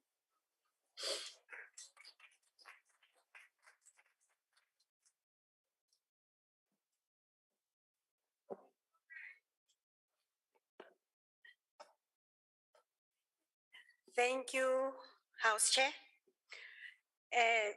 South Africa has one of the highest rate of gender-based violence and femicide worldwide. Violence against women is not random violence. It is a specific form of violence which affects women and girls disproportionately. Between October and December 2021, cases of murder and attempted murder committed against women showed insignificant increase compared to the same period of the previous financial year. The murder and attempted murder of women increased with 4.2% and 7.2% respectively. During this period, assault with the intent to cause grievous bodily harm against women decreased with 3.6%. Between October and December 2021, the SEPs recorded 30,277 cases related to domestic violence, including rape, murder, attempted murder, amongst others. During this period, 232 murders and 209 attempted murder related to domestic violence were recorded. The most prevalent crime affecting both female and male in relation to domestic violence are common assault with 15,142 cases, followed by the assault with the intent to cause grievous bodily harm with 6,603 cases, and malicious damage to property with 5,367 cases. Honorable House Chair, during this period, domestic violence-related crimes increased significantly in October to December 2021, compared to the preceding 3 months from July to September, during which 19,090 cases related to domestic violence were recorded. Both men and women are victims of domestic violence. Rape and common assault are categorically disproportionately affecting women during the third quarter of 2021 and 2022. 632 female rape-related domestic violence were recorded and 12,614 cases of common assault. The increase is significant and is a concern. Honorable House Chair, these statistics place into context the importance of shelters countrywide and the vital role shelters play in providing a haven of safety to our women falling victims of domestic violence. However, the Commission for Gender Equality report found totally inadequate funding of the shelters. The CGE report highlights the various responsibilities of the SEPs in terms of the shelters, but the report did not make any recommendation regarding SEPs. The committee noted that the CGE found that there are good relationship between the shelters and SEPs across all provinces. The committee felt that on the SEPs was working satisfactory with shelters, although it did not know the numbers of shelters countrywide. Honorable House Chair, based on the consideration of the committee recommended that the SEPs, together with CGE, research and make a list of shelters available to all local police stations, and that the SEPs increase its training initiative and training programs on victim empowerment. Honorable House Chair, we must continuously raise awareness of the impact of gender-based violence on individuals, families, and communities. Consistent effort must be made to support victims and survivors and hold perpetrators accountable. The SEPs has an important role to play therein. The committee recommends the adoption of this report. I thank you. Thank you very much, Honorable Member. I now recognize the Honorable, the Chief Whip of the Majority Party from the Chamber. Honorable Tole. Thank you very much, House Chair. I move that the House adopt this report.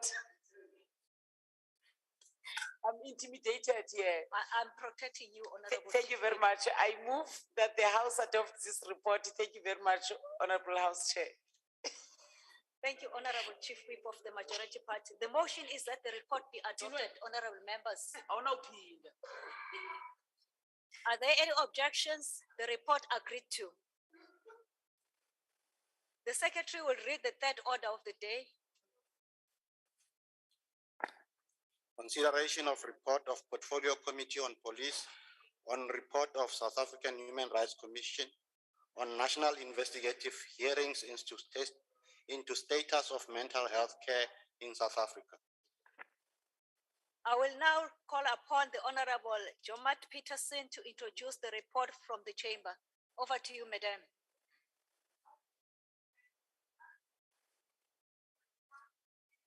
Press the mic on, ma'am. Thank you very much, House Chairperson. The Mental Health Care Act 2002 guides the interventions by members of SAPS.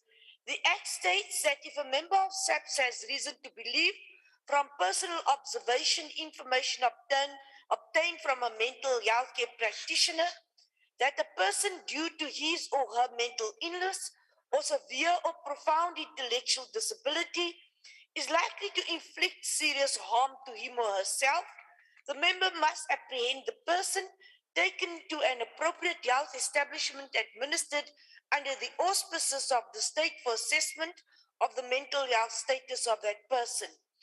B, be handed over into custody of the head of the health establishment or any other person designated by the head of the health establishment to receive such persons.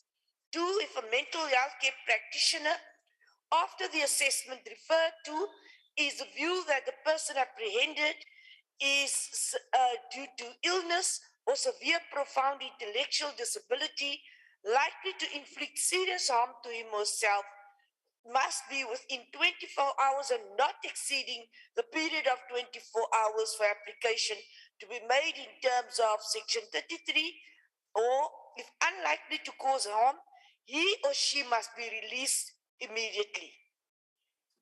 If an assisted or involuntary person, a healthcare user, has absconded or is deemed to have absconded, the head of the health establishment may request assistance from SAPS.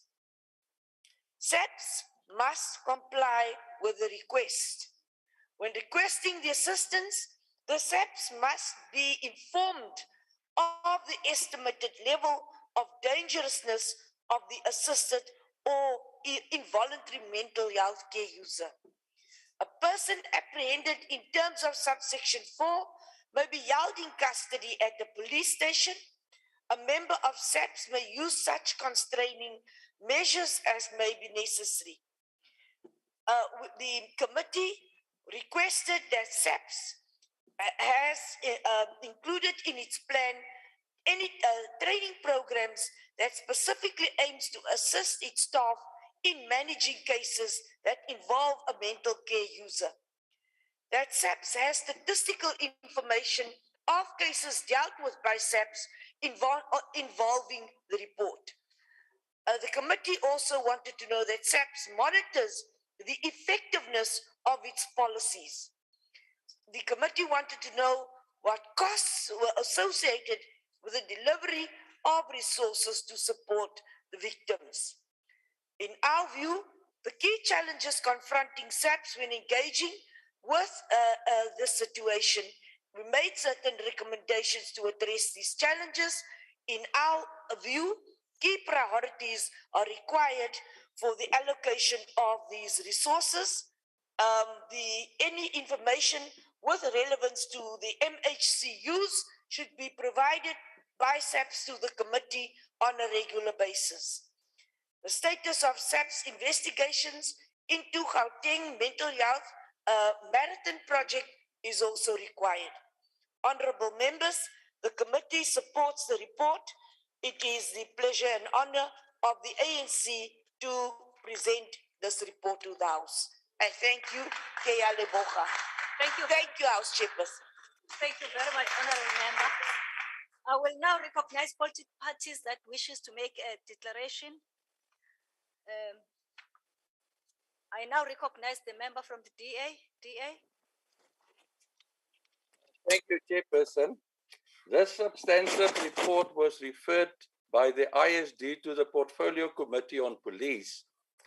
The South African Human Rights Commission held their national investigative hearings in South Africa between 14 and 15 November 2017. The report was tabled in Parliament in October 2019, and according to the Commission, despite numerous efforts, they could not succeed to get any response from the then Minister Mbalula or the police during the process, nor did they attend any of these hearings. When it comes to mental health care, people's reaction often is, what could the police's role possibly be in this? The main purpose of the legislation obviously is to ensure that people with serious mental challenges which threaten their health and the safety or the safety of the public can be treated irrespective of their consent where it is necessary to prevent them from harming themselves or others. Data presented by the South African College of Applied Psychology 2018 suggests that 1 in 6 South Africans suffers from anxiety, depression or substance abuse. 40% of South Africans living with HIV have a comorbid mental disorder. 41% of pregnant women depressed, and about 60% of South Africans could also be suffering from depression. The police are therefore a very important role player. It is estimated that mental health to some extent plays a role in about 40% of all their encounters with the public. Their ability to deal with these situations are therefore of the utmost importance. They made a presentation during December 2021 to the Portfolio Committee on Police. It was quite clear that at that stage, they were very much in the early stages of planning and development, and a lot of ground must still be covered. Mental health care is a complex situation to deal with, and sometimes other role players complicate the task of the SAPS unnecessarily. This investigation was completed during 2017 already, but got only referred to the police now for finalization and this committee. The SAPS's role is to make sure that the police service has the right systems and processes in place to help people with mental health problems when they engage with the police. They must also help struggling officers and staff should they themselves need support. South Africa consistently struggles with some of the highest rates of violent crime including homicide and sexual assault in the world. These pressing human strategies compete for police attention alongside a variety of theft, carjacking, harassment, and other criminal offenses. Barriers to access mental health support include difficulties in identifying and communicating distress, stigmatization, beliefs, shame, a preference for self-reliance, and the anticipation that help might be difficult to access. Historically, Chairperson, mental health was never a focus area for the South African Police Service. There is no statistical information available for at least the last 10 financial years. Apparently, it was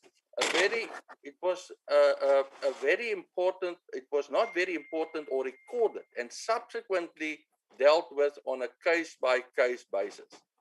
This report obviously compelled the police to take a long, hard look at the prevalence of mental health issues in the community to formulate a professional response and a counter strategy.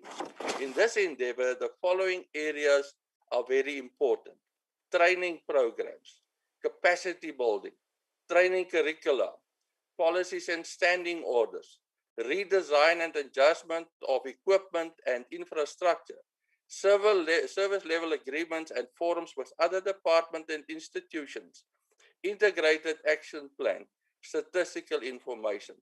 Chairperson, South Africa can never see a repeat of another live ECD many scenario, and we as parliamentarians must ensure that the executive get their ducks in a row. The DA support this report. I thank you. Thank you, Honorable. Now I recognize the member from the EFF.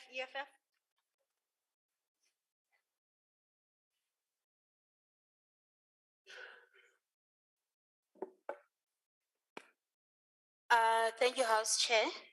Chairperson, we are here today dealing with a report on an investigation of the state of mental health that was started in 2017 and was supposed to be completed in 2019, but has been delayed due to the lack of cooperation from the South African Police Service.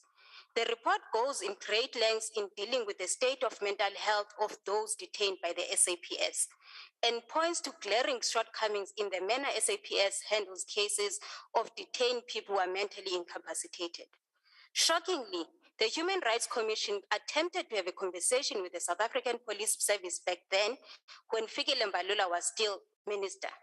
The police gave the Human Rights Commission a cold shoulder back then, and even today, the police have not engaged with this matter in a satisfactory way. The report found that SAPS members were not sufficiently trained to handle cases of mental health, particularly of people they detain. This has recently been exposed in the manner SAPS handled the arrest and subsequently the trial of the person who was alleged to have burnt Parliament. The report also indicates that police themselves end up suffering from severe episodes of mental disorder because of the insufficient preparation and training they get given to deal with mentally disturbing situations. It is important to note that this was before the earth-shattering changes to the question of mental health that were brought about by the dawn of the coronavirus. In 2020, the Human Rights Commission did yet another study on the state of mental health in the country, which painted an even more bleaker picture of the state of mental health. The situation must have surely gotten worse today, with the worsening of economic and social status of many of our people.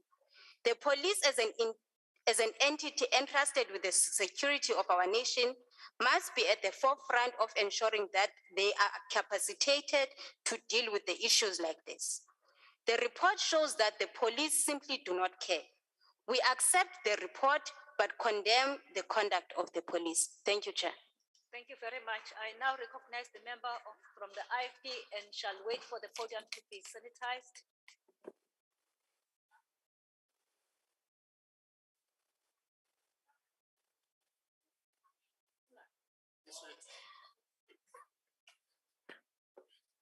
Thank you, Honorable Chairperson. I'm doing this report on behalf of Honorable Zandile Majosi.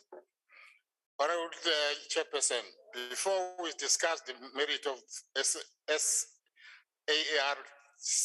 report and the importance of safeguarding the mental health of citizens and SAP officers alike, another matter must be highlighted. According to the South African Human Rights Commission report, Honorable Minister Fikile Mbalula, then who was the Minister of Police, was invited by the Commission to either in person or through an authorized representative making submission at the National Investigation Hearing Mental Health Care in South Africa, notwithstanding the multiple items of correspondence sent by the Commission and acknowledgement of received from the SAP. No date, no response has been received. Where is the accountability and consequence management? This was no frivolous request, but a matter of importance brought about, and I quote, the tragic loss of life following the discharge of mental health care users from the life SCD facilities, unquote. How can a minister and a department brutally ignore the request from the chapter 9 institutions?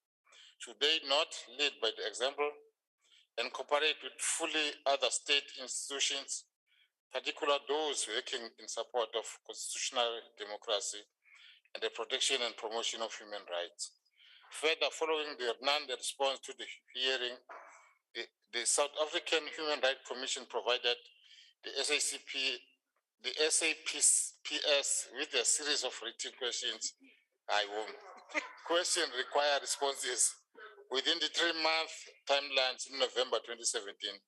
Today, 5 years later, it is unclear whether this important question pertaining to SAPS interaction with and other treatment of mental health care users were not answered.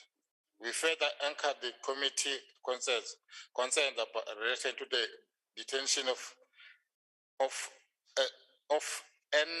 MHCU as the ability of SAP officers to deal with persons living with mental challenges. Therefore, as the IFP, we support the committee recommendations. However, in light of SAP response to date, we should suggest that a timeline as well as correspondence for non-compliance has be included. The IFP supports the report. Thank you.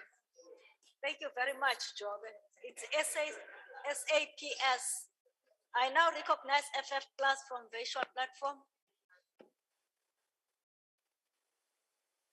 No declaration, thank you, Chair. Thank you very much, Honourable Member. I recognize member from ACDP. Thank you, House Chair. We indicated we would support this report. Thank you.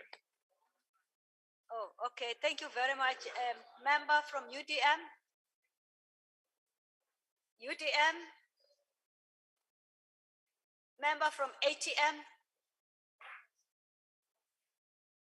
Honourable member from Good. Thank you, House Chair. No declaration, and we support the report. Thank you. Thank you. Member from NFP. NFP, thank you very much. AIC. Thank you, Chairperson. Chairperson, on the 28th of March 2019, the South African Human Rights Commission launched a report into the status of mental health care in South Africa. It made wide recommendations and the police service was not spared.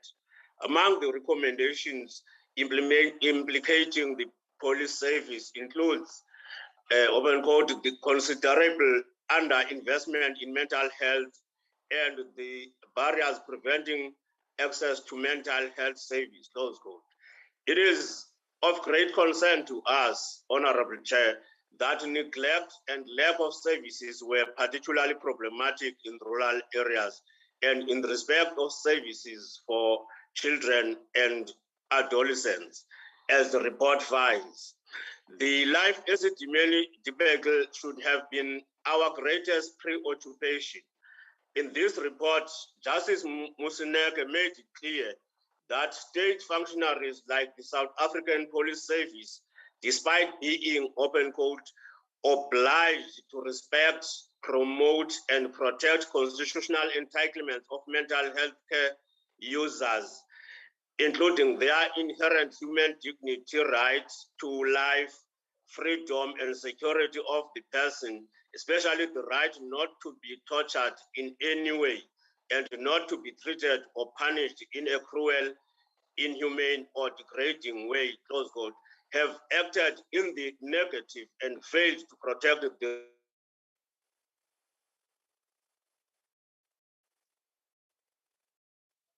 rights of men. Healthcare were entitled to have access to adequate healthcare services and sufficient food and water. In turn, their families and interested parties acting on their behalf or in the public interest were entitled to demand that the fundamental rights of mental health care users should not be infringed or threatened, close quote. Honorable Chair, even our wording is important on how we respond to issues of mental health. We do not have mental health care patients, but is mental health care users. Having cleared the overgrowth, we must point out that it is plainly clear that the police service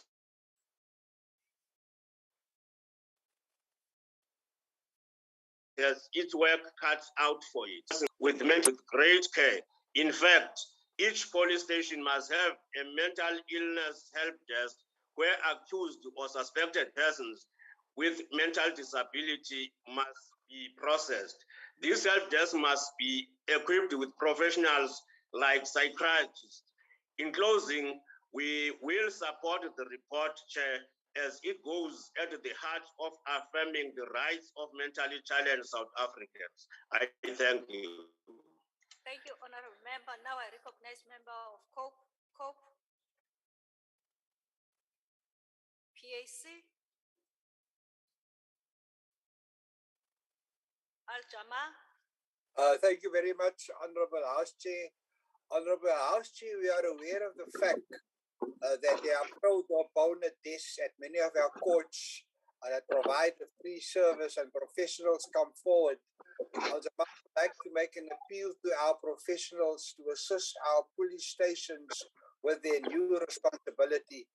I don't know if you watch Muvango, Honorable House Chair, but I do, and I'm very worried what happened to Gugu as a result of wrongful arrest and detention in a center.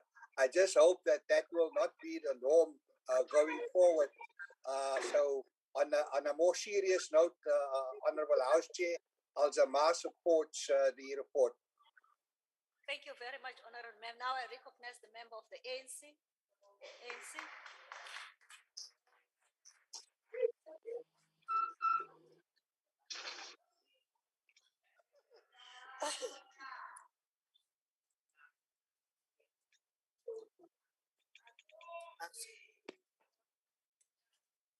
Achtbare voorzitter, goedemiddag alle achtbare leden van het parlement. De Zuid-Afrikaanse Mensenrechtencommissie heeft tussen 14 en 15 november 2017 een nationale onderzoek verhoor naar de status van de geestesgezondheidszorg in Zuid-Afrika gehouden. De daaropvolgende verslag is in oktober 2019 in het parlement ter tafel gelegd en na de portefeuillecommissie oor polisie verwijs voor een overweging. Die verslag is bespreek. Honorable Member, just 1 minute. Honorable Gomba, if you repeat, we are going to eject you out of the platform. You may proceed, member.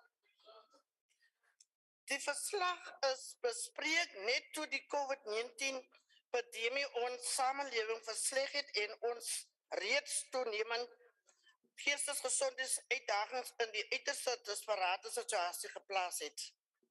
Die epidemie het steeds 'n beduidende impak op die geestesgesondheid van talle Suid-Afrikaners van wie die meeste nie hulp sal soek nie.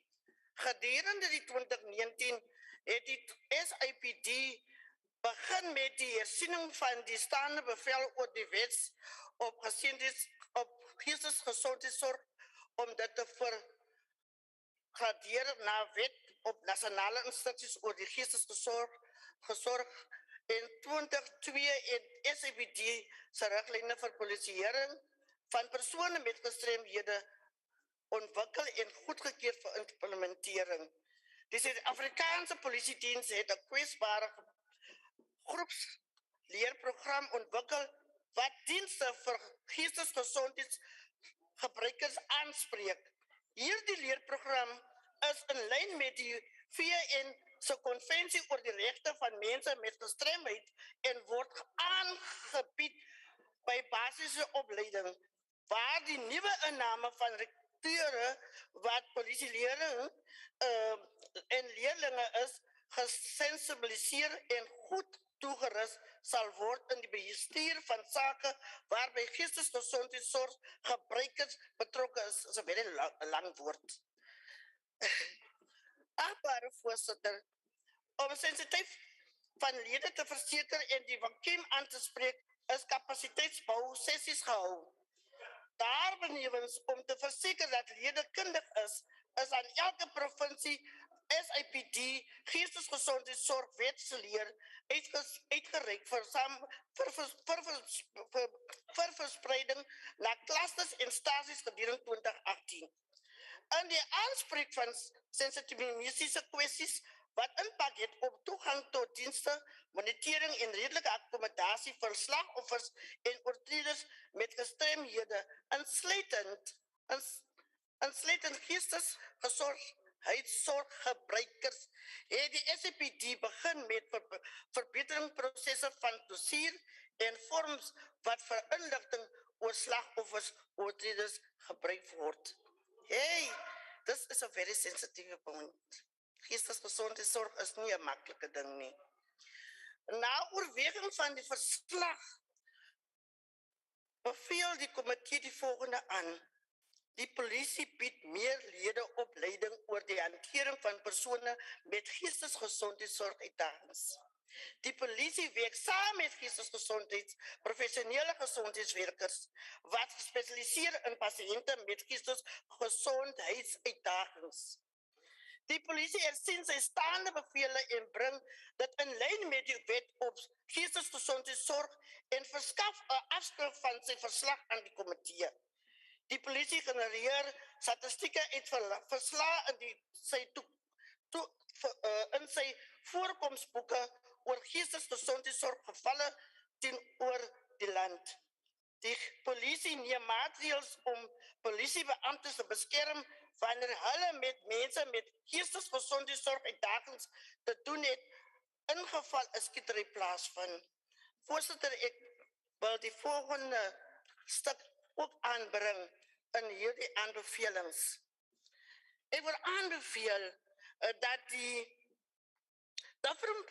verskillende provinsies wat te doen het met geestesgestremdes meer activiteite of meer hospitale moet bou of moet voorsien. Voorzitter, ek wil 'n voorbeeld maak van my eie provinsie waar ek bly, die Wes-Kaap. Die Wes-Kaap het net geestesgestremdheidszorg hospitale in die metro, en dis in die Kaap. Voorzitter, dit is 'n disgrace. Ons kan nie so aangaan nie. Dit is tyd in die jare van demokrasie dat die staat moet meer geestesversorgingsfaciliteite in plek bring. Ons kan nie net die Valkenburg Hospitaal het nie, ons kan nie net die Lentegeer Hospitaal het nie, ons kan nie net die Stikland Hospitaal het nie, ons moet meer hospitale aanbring. Die platteland mense gaan gebukken onder die drugs abuse. Onder die drugs abuse, onder die tik. Nou, so the ANC is die tik, because tik work on people's brains and make people mentally. So ons moet meer hospitale vir mense met geestelike gestremdheid bou. Nie net in die metro of in die Wes-Kaap nie, maar oral in Suid-Afrika waar ons te doen het met hierdie tipe gevalle. Ek dank u. Thank you, Honorable Member. Thank you, Honorable Member.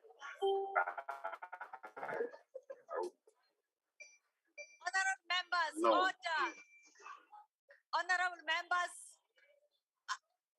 I now recognize the Honorable, the Chief Whip of the Majority Party from the chamber. Thank you very much, House Chair. House Chair, I move that the House adopts this report. Thank you. Thank you, ma'am. The motion is that the report be adopted. Any objections? Thank you very much. Honorable, no. How? The motion, the report is being adopted. Thank you very much, honorable members. Now I'll request the secretary to read the fourth order of the day.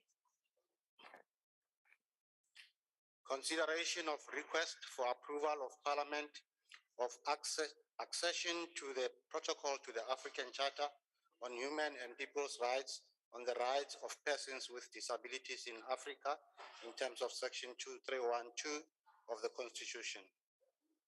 I will now call upon Honorable Daba to introduce the report from the chamber. Over to you, ma'am.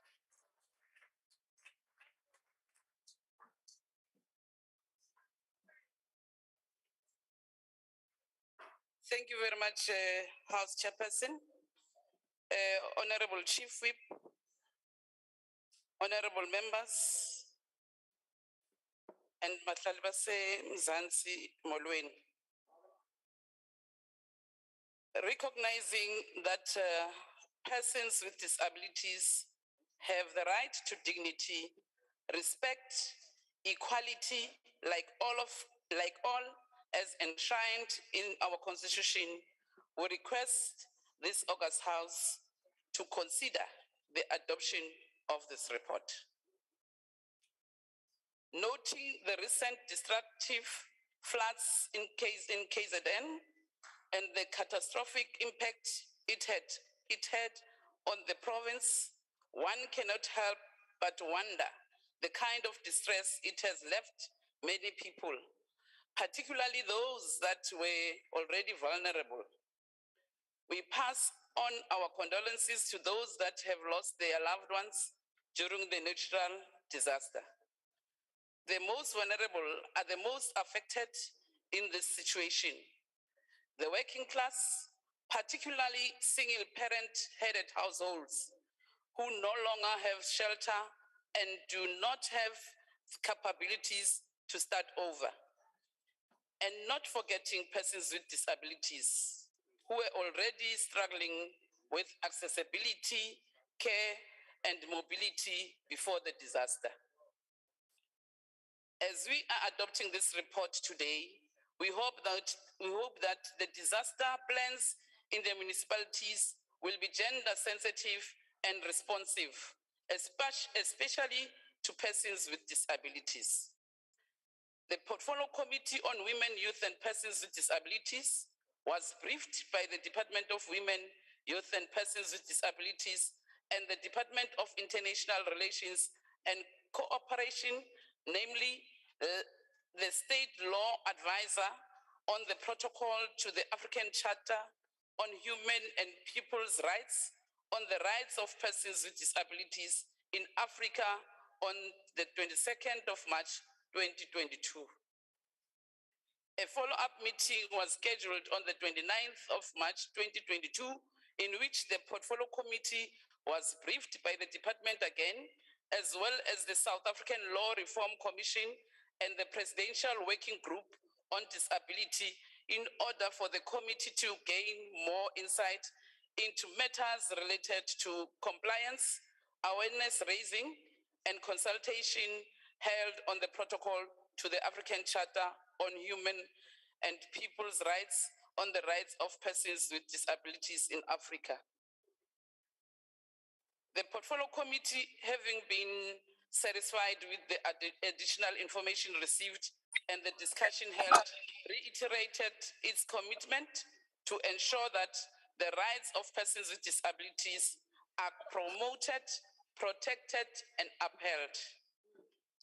The Portfolio Committee, having considered the protocol to the African Charter on Human and People's Rights on the rights of persons with disabilities in Africa hereby recommends that the House, in terms of Section 231, subsection 2 of the Constitution of the Republic of South Africa Act 108 of 1996, recommends that the House grants approval for the ratification of the said protocol. Therefore, the Portfolio Committee on Women, Youth and Persons with Disabilities requests that the House moves for the adoption of the report, and I so move. I thank you. Thank you, Madam. I will now recognize political parties that wishes to make declaration. Honorable DA member shall walk slowly until she finishes up sanitizing the podium.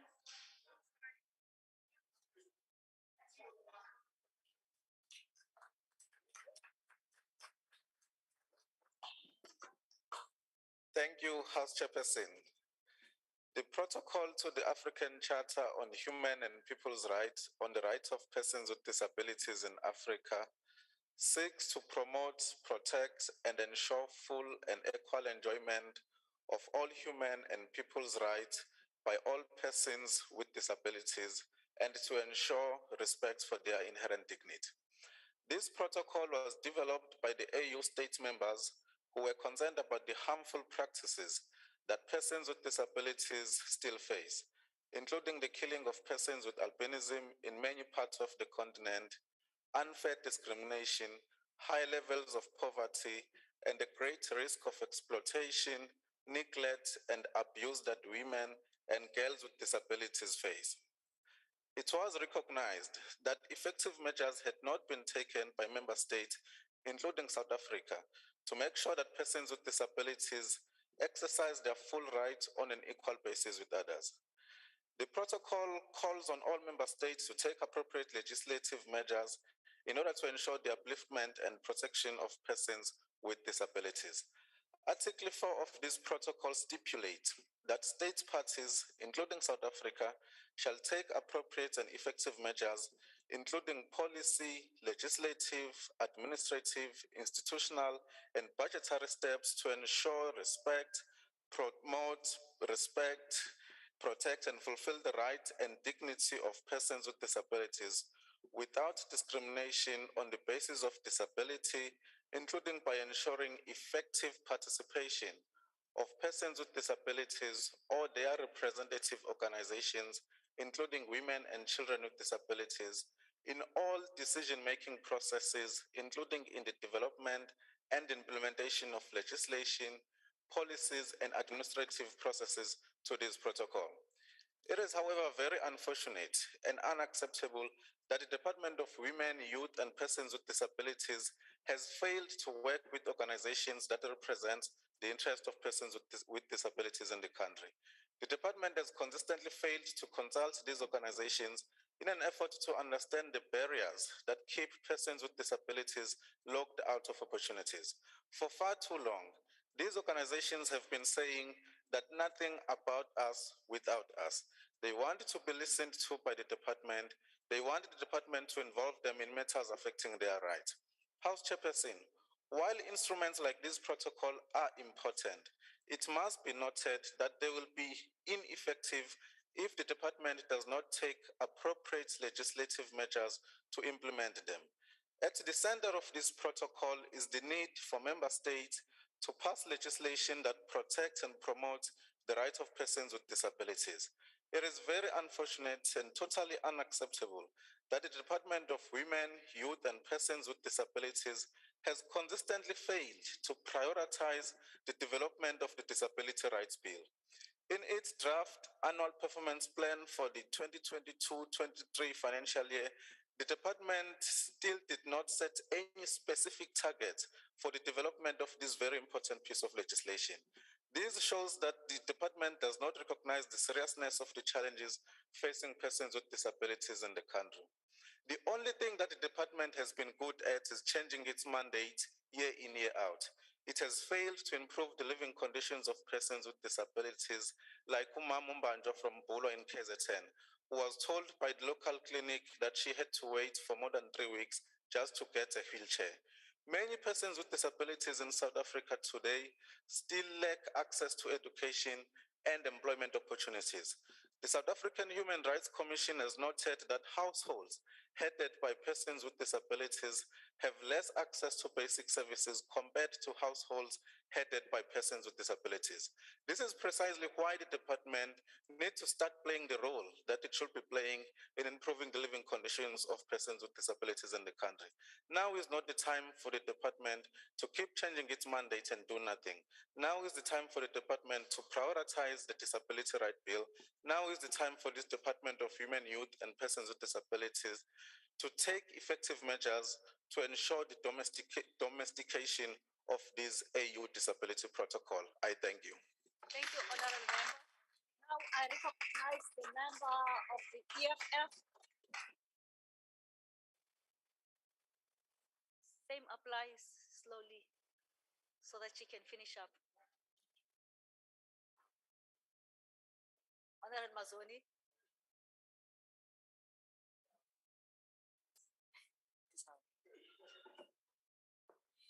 Thank you, Chairperson.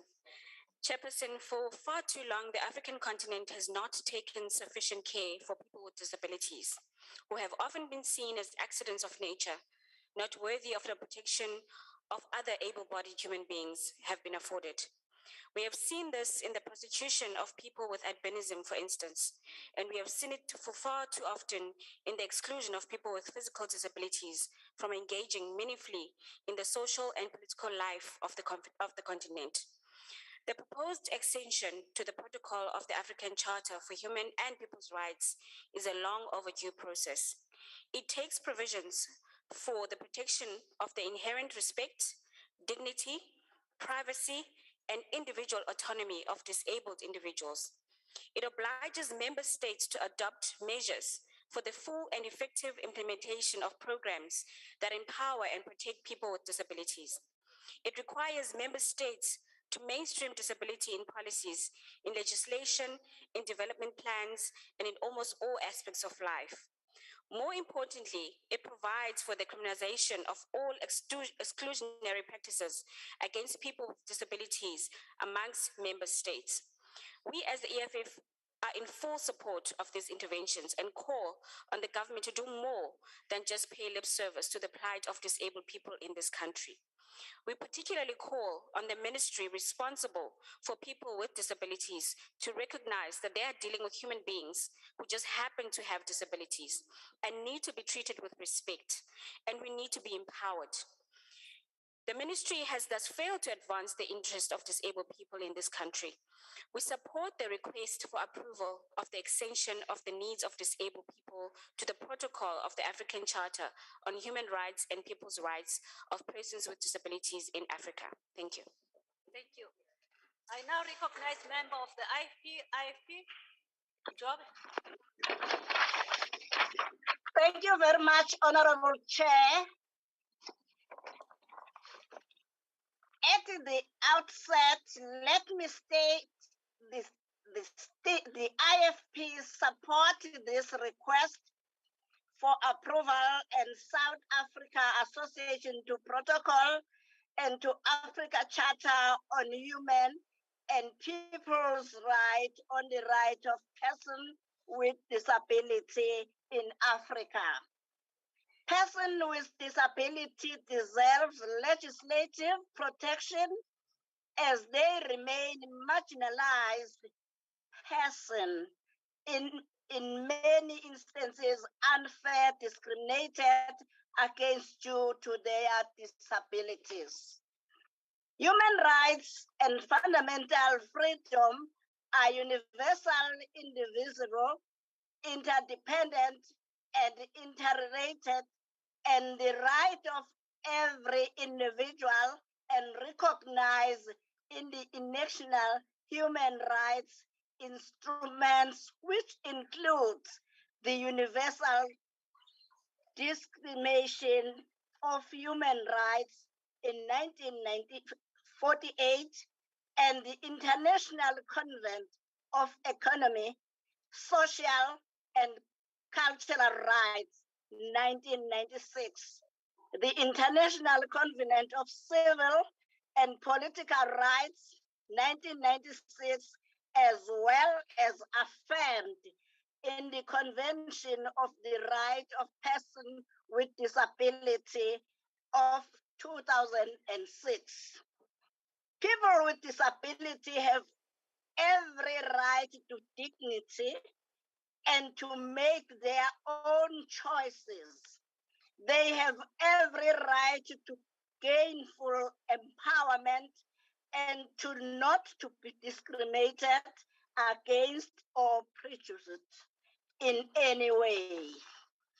Government must do all that it can in order to ensure that people with disabilities are afforded every opportunity to pursue successfully, happy, and productive lives in our country. I thank you. Thank you, Honorable Member. I now recognize the member of the FF Plus from Visual Platform. Thank you, Madam Chair. The UN Convention on the Rights of Persons with Disabilities was ratified by South Africa in 2007. The AU protocol was only and already, depending on how you look at it, signed and an undertaking made to ratify it in April of 2019. Not much has been done since then, be it by DWYPD doing the work or by DIRCO following up. Not wanting to be the continual wet blanket, but having to be that, I'm worried and not convinced. If it takes us, as a supposed leader in human rights on the continent, 3 years to get to ratify a protocol and not having even started on the domesticating thereof, I have little to no hope. We do not have adequate legislation in place to address what is being asked by us in this protocol. Article 34.1 of the protocol requires that the protocol be domesticated, although the development of national legislation to enable the courts to enforce the anti-discrimination laws and to reach reasonable and fair judgments on case law, proving discrimination against persons with disabilities. This is a matter of grave concern to me, as legislation takes years and years to see the light of day, and then to have legislation enforced is a whole other story. We can talk about what has not been done in terms of legislation since the 2007 ratification of the UN Convention on the Rights of Persons with Disabilities, but maybe a more recent example will better suffice. Current legislation speaking to GBVF and the implementation thereof, as well as the promised new legislation post-Uyinene, are evidence thereof. My colleague clearly painted the grim picture hereof in the Freedom Day debate last week. The AU Protocol on the Rights of Persons with Disabilities is aimed to promote, protect, and ensure the full and equal enjoyment of all human and people's rights by all persons with disabilities, and to ensure respect for their inherent dignity. It is actually a disgrace that we need to have protocols signed into law and agreed to by a continent as a whole, because human dignity in itself is not a given at all. Voorsitter, die stryd om regverdigheid is 'n ewigdurende stryd vir almal in Suid-Afrika, maar meer so vir ons persone met gestremdhede. SANDA sukkel al meer as 'n dekade om gebaretaal as 'n erkende 12de amptelike taal te laat aanvaar. Dis net om erkenning daarvoor te kry, wat nie outomaties inklusiwiteit eers daarstel of beteken nie. Dis nie eens om te praat van toegang tot skole en verdere opleiding vir persone met gestremdhede nie. Suid-Afrika en Afrika is die wêreld ver agter wanneer dit by die regte van persone met gestremdhede kom. Hierdie departement, hierdie regering, maar ook hierdie parlement moet hul sokkies optrek, want 'n aanvaarde protokol beteken niks wanneer daar nie daad by woord geplaas word nie. Ek dank u. Thank you, Honourable Member. I now recognize the member of SADP. The ACDP supports the report. We won't make a declaration. Thank you so much. Thank you. Honourable UDM. UDM. ATM. ATM. Good. Chairperson, we support the report. Thank you. Thank you very much. Honourable NFP. Honourable AIC. AIC. We shall pass. Honourable Cope. Honourable PAC. Honorable Al-Jama. Thank you very much, Honorable House Chair. Honorable House Chair, we must compliment Durko that these protocols have now been signed. South Africa is ready to implement the protocols. As you know, Honorable House Chair, after the Second World War, 10 sheltered employment factories were built. They are under the control of the Department of Labor. These factories produce SABC quality furniture and linen. Most of the furniture in Parliament was made by them. Hopefully it's not all burnt down. So also our affirmative action policies require that a certain percentage of people with disabilities be employed. We like to implore government departments to increase it to 10%. 2% is not enough because we need to make sure that people with disabilities play their rightful role in society. Al-Jama supports this report. Thank you very much, Honorable House Chair. Thank you very much. Now I recognize Honorable Member from the ANC.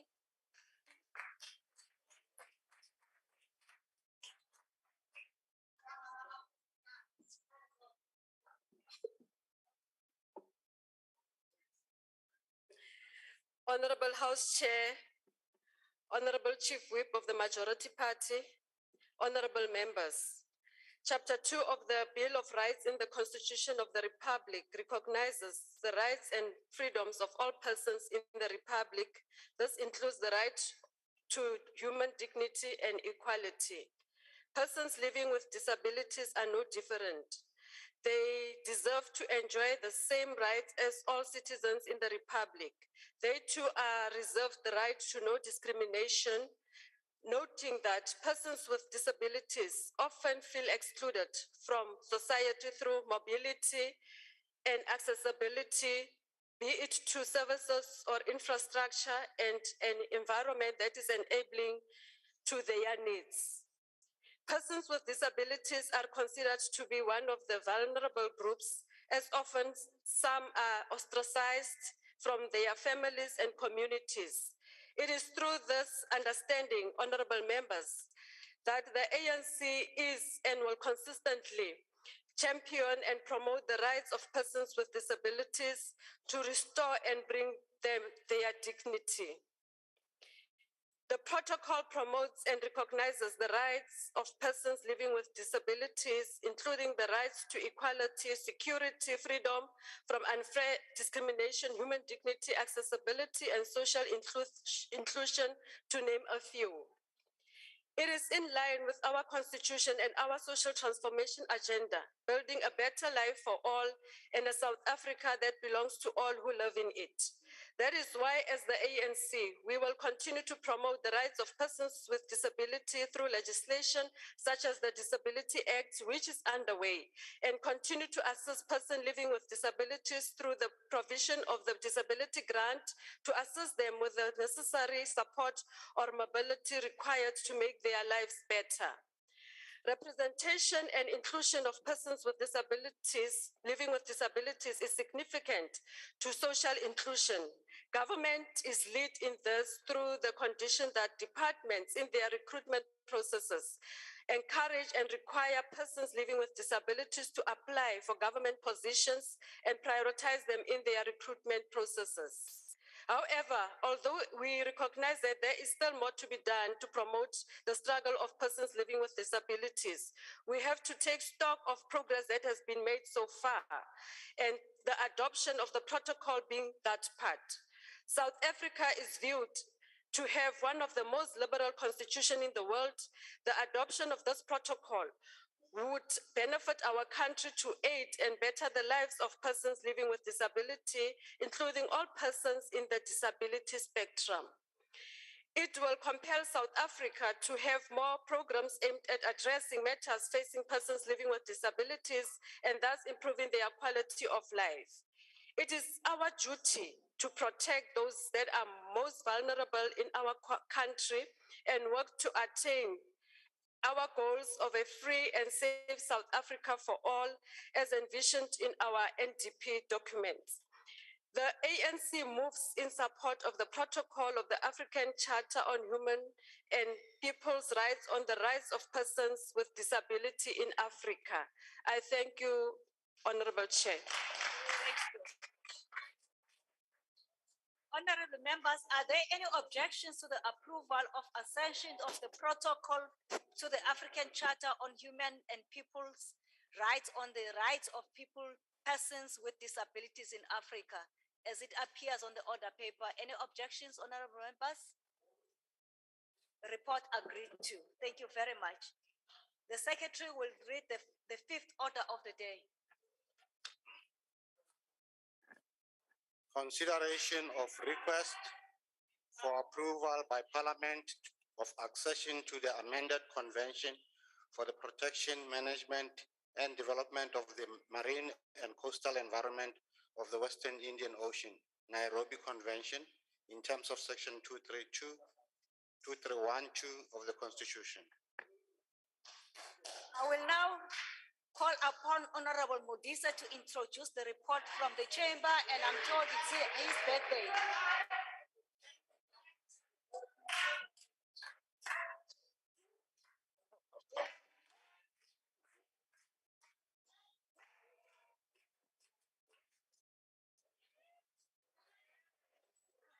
I need a hug from you. Thank you very much, House Chair.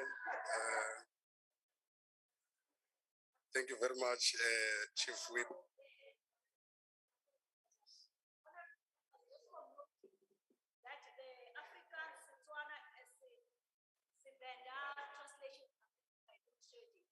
I'll repeat myself for the purpose of audibility, that for noting that translation on Setswana, Afrikaans, and Sevenda is affected by load shedding, so we'll have challenges on that.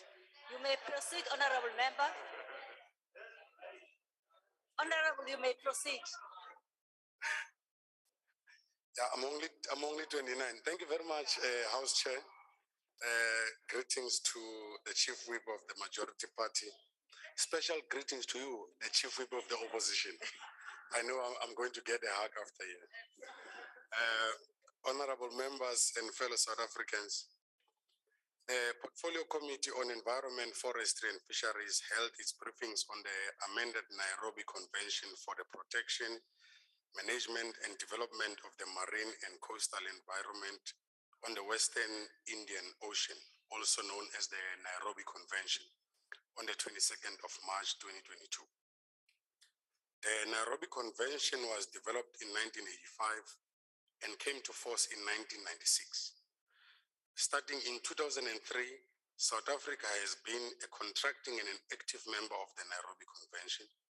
The 10 contracting parties worked on the amendment of the Nairobi Convention and were finally adopted in 2010. Since the convention was developed in 1985, there were lots of developments and new knowledge that necessitated the amendments, such as 1, the focus on sustainable use of marine and coastal environment and resources.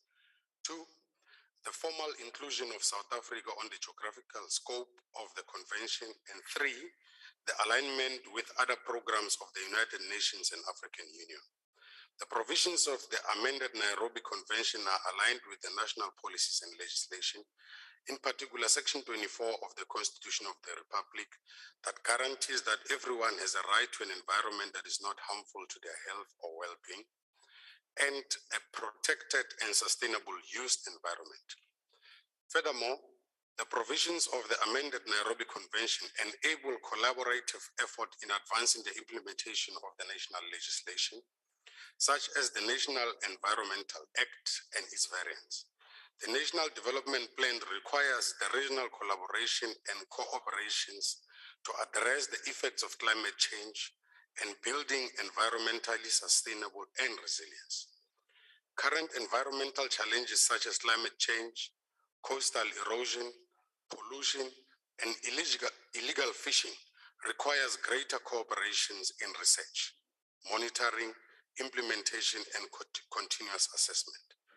South Africa remains party to the original Nairobi Convention and implements programs in line with its obligations. However, We need to agree that the amended Nairobi Convention, particularly as required by Article 31, acceding will enable us to contribute fully, take part in its structures and benefit from the amended Nairobi Convention, its protocols and its grants. During the past financial year, South Africa received 6.9 million towards the improvement of water quality in rivers in KwaZulu-Natal and the Eastern Cape provinces. We encourage the department, the National Treasury, and the South African Reserve Bank to work together in releasing the outstanding funds to enable timeous implementation of funded projects. Following these comprehensive briefings and deliberations and submissions of supplementary information, it is our considered view that this House of Parliament should support the adoption of the report tabled by the Portfolio Committee of Environment, Forestry and Fisheries about acceding to the amended Nairobi Convention to the protection, management, and the development of marine and coastal environment for the Western Indian Ocean, also known as the Nairobi Convention. House Chair, I thank you very much. Thank you very much. Enjoy them. I will now recognize political parties that wishes to make a declaration. The usual times for declaration at votes will apply. I will now recognize honorable member from the DA.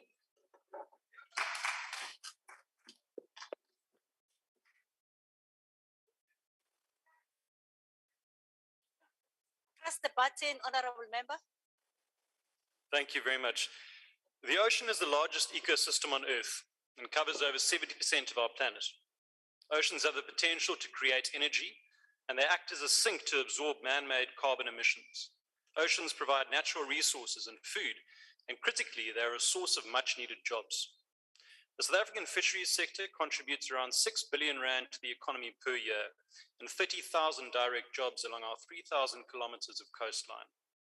The oceans play host to a delicate and intricate natural environment containing millions of different plants and animals. The health of our oceans is directly linked to the health of all life on Earth. Today, we consider the request for Parliament to approve our accession to the amended Nairobi Convention for the Western Indian Ocean. The Nairobi Convention was first developed in 1985 in line with the United Nations Regional Seas Programme, and it aims to address coastal challenges in line with commitments made in the Stockholm Declaration of 1972.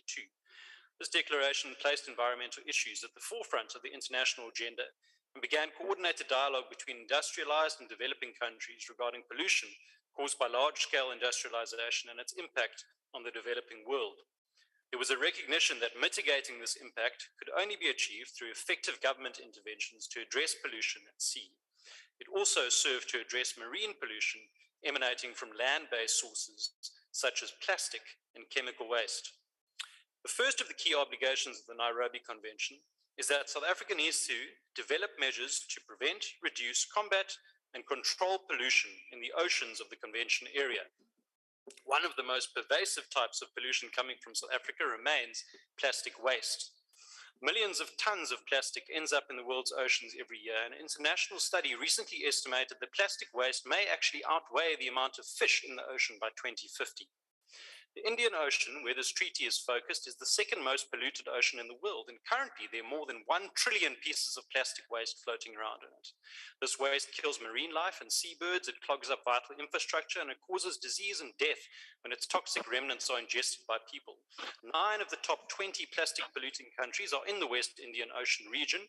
These are Indonesia, India, Thailand, Malaysia, Bangladesh, India, Pakistan, Myanmar, and yes, South Africa, which ranks as the highest African ocean plastic polluter in the region.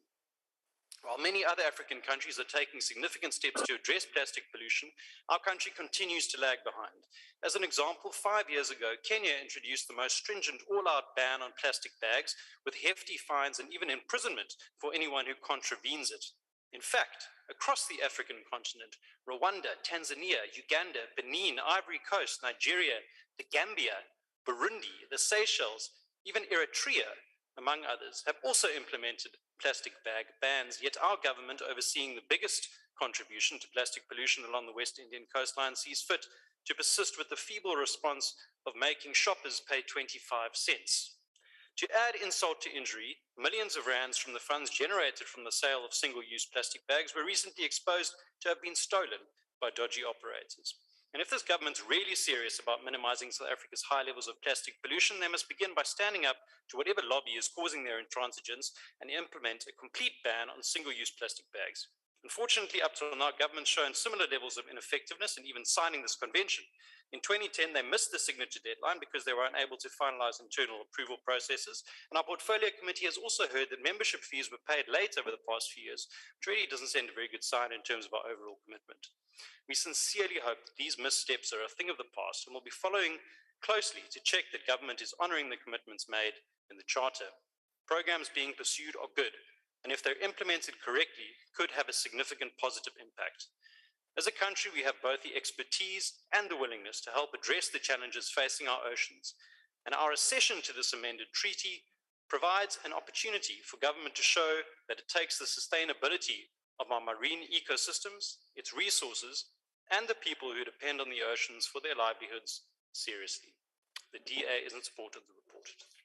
Thank you, Honourable Member. Honourable person, 1 second. Slowly, so.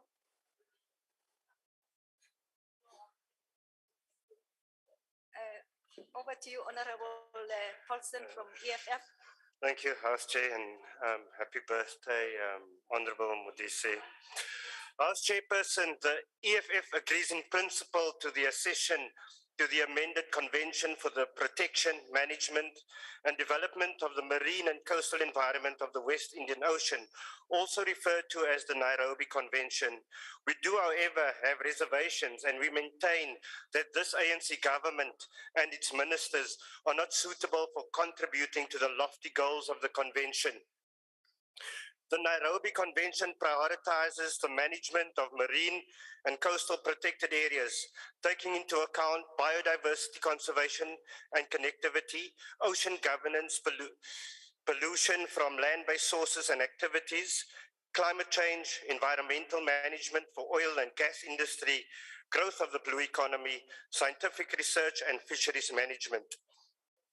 In January 2022, the Department of Forestry, Fisheries and Environment issued a permit to a Chinese ship to dump 1,500 tons of toxic chemicals into the sea, about 250 kilometers off the St. Helena Bay on the west coast.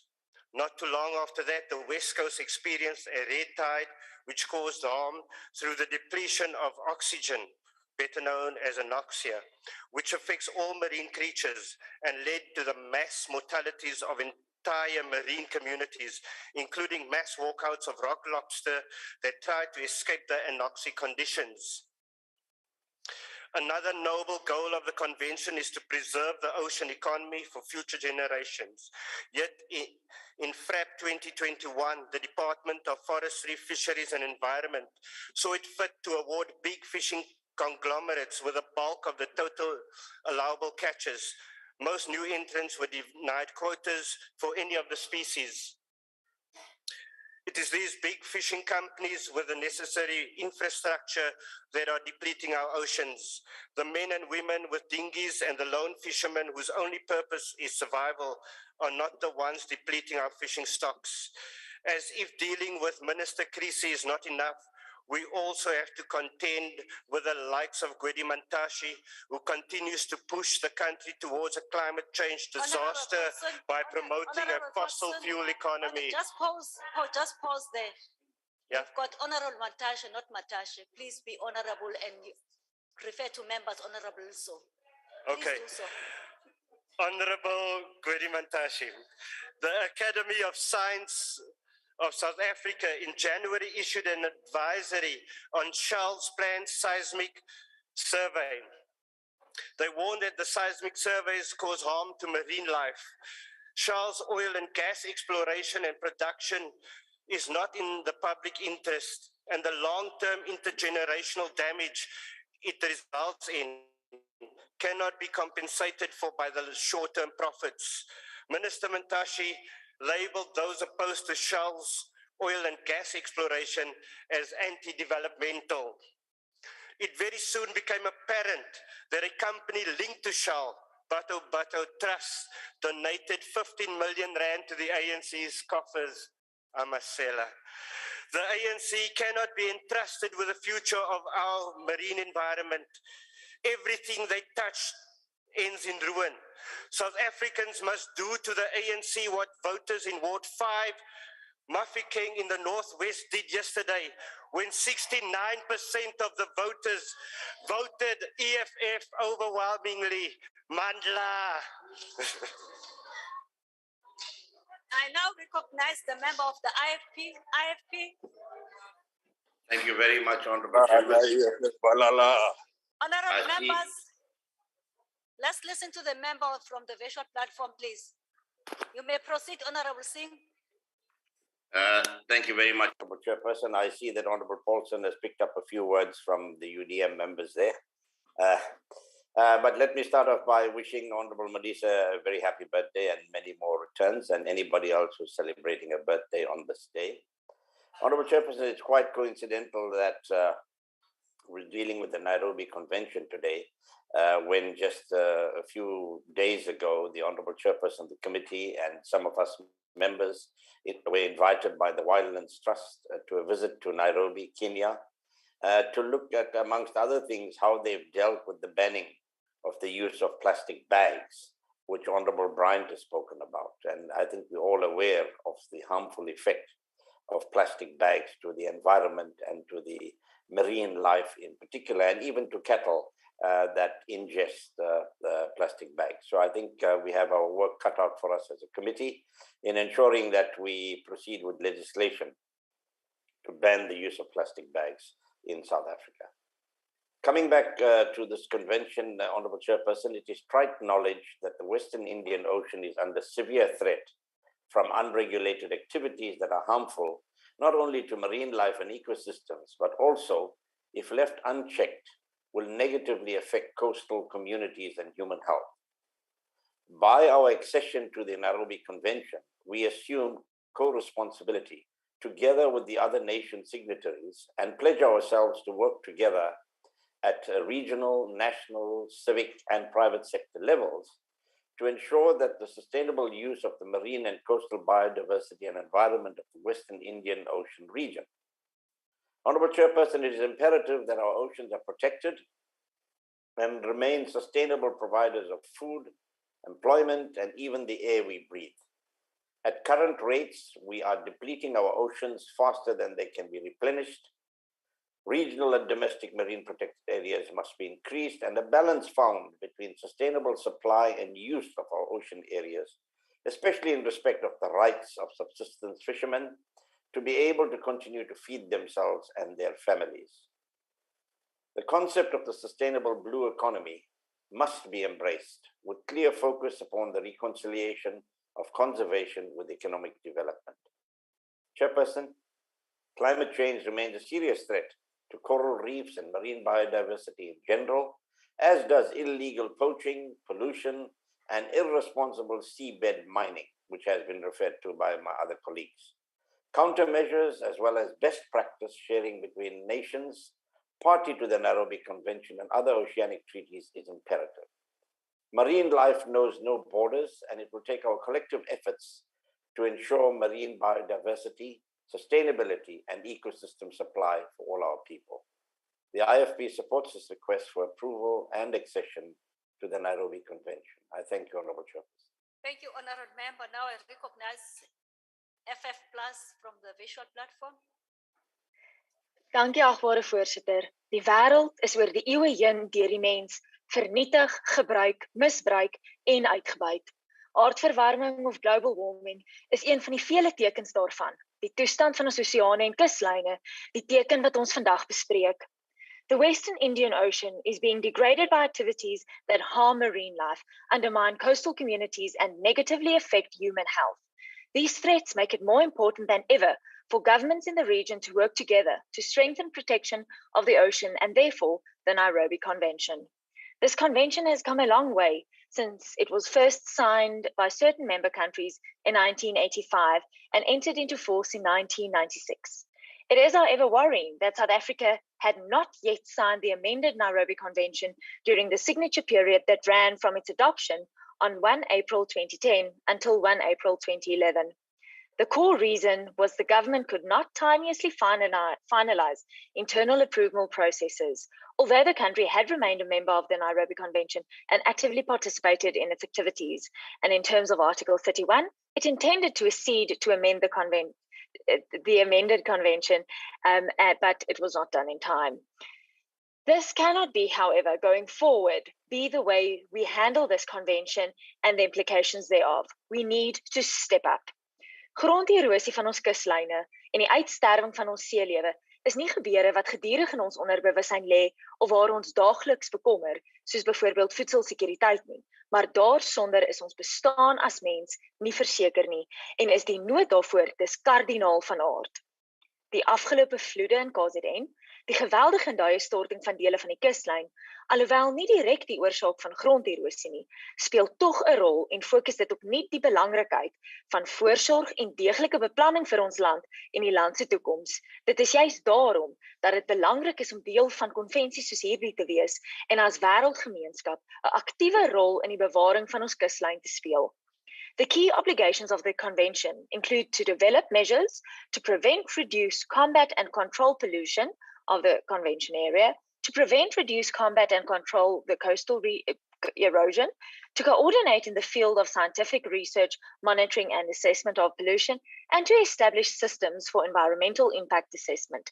Chairperson, this should not just be another agreed upon nicety with pretty words and the best intentions. We should actively work towards protecting our marine and coastal environment for our next generations. I thank you. Thank you, Honourable Member. I recognize member of the ACDP. Thank you, Honourable House Chairperson. As we consider this report of accession to the amended Nairobi Convention for the protection, management and development of the marine and coastal environment of the Western Indian Ocean, the ACDP notes that the background to this convention is that it was developed in 1985 under the United Nations Environment Programme and Regional Seas Programme, which was established directly to address oceans and coastal issues as part of the 1972 Stockholm Agenda, with the overall objective being to achieve sustainable management and use of the marine and coastal environment. The ACDP is also cognizant of the noble obligations of the convention, that being to develop measures to prevent, reduce, combat and control pollution of the convention area, to ensure sound environmental management of natural resources, to prevent, reduce, combat and control coastal erosion, to protect and preserve fragile ecosystems and endangered species throughout the establishment of the marine protected areas. The ACDP's concern is that the convention has links to the 1972 Stockholm Agenda, which embraced the idea that human overpopulation would result in a level of resource consumption which exceeds the environment's carrying capacity, leading to population overshoot. This concept is often discussed in relation to other population concerns, such as demographic push and depopulation. Strangely enough, the idea of overpopulation was thought to be predominantly a problem of the third and developing world. First world countries like the United Kingdom, with a population just greater than South Africa's, but has a land mass about the size of the Northern Cape, was not considered to be overpopulated.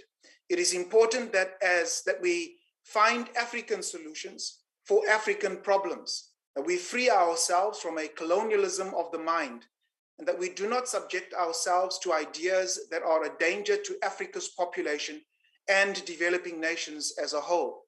While the ACDP supports the noble obligations of the convention, which essentially calls for us to be good stewards of God's creation, which includes our oceans and its resources, it is the subliminal or hidden obligations which concern us. In this regard, the ACDP will not support this request for accession. I thank you.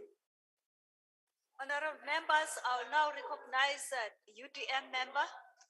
UDM, we shall move to ATM. Honorable Good. House Chairperson, we support the request for approval. Thank you. Honorable Member of the NFP. AIC.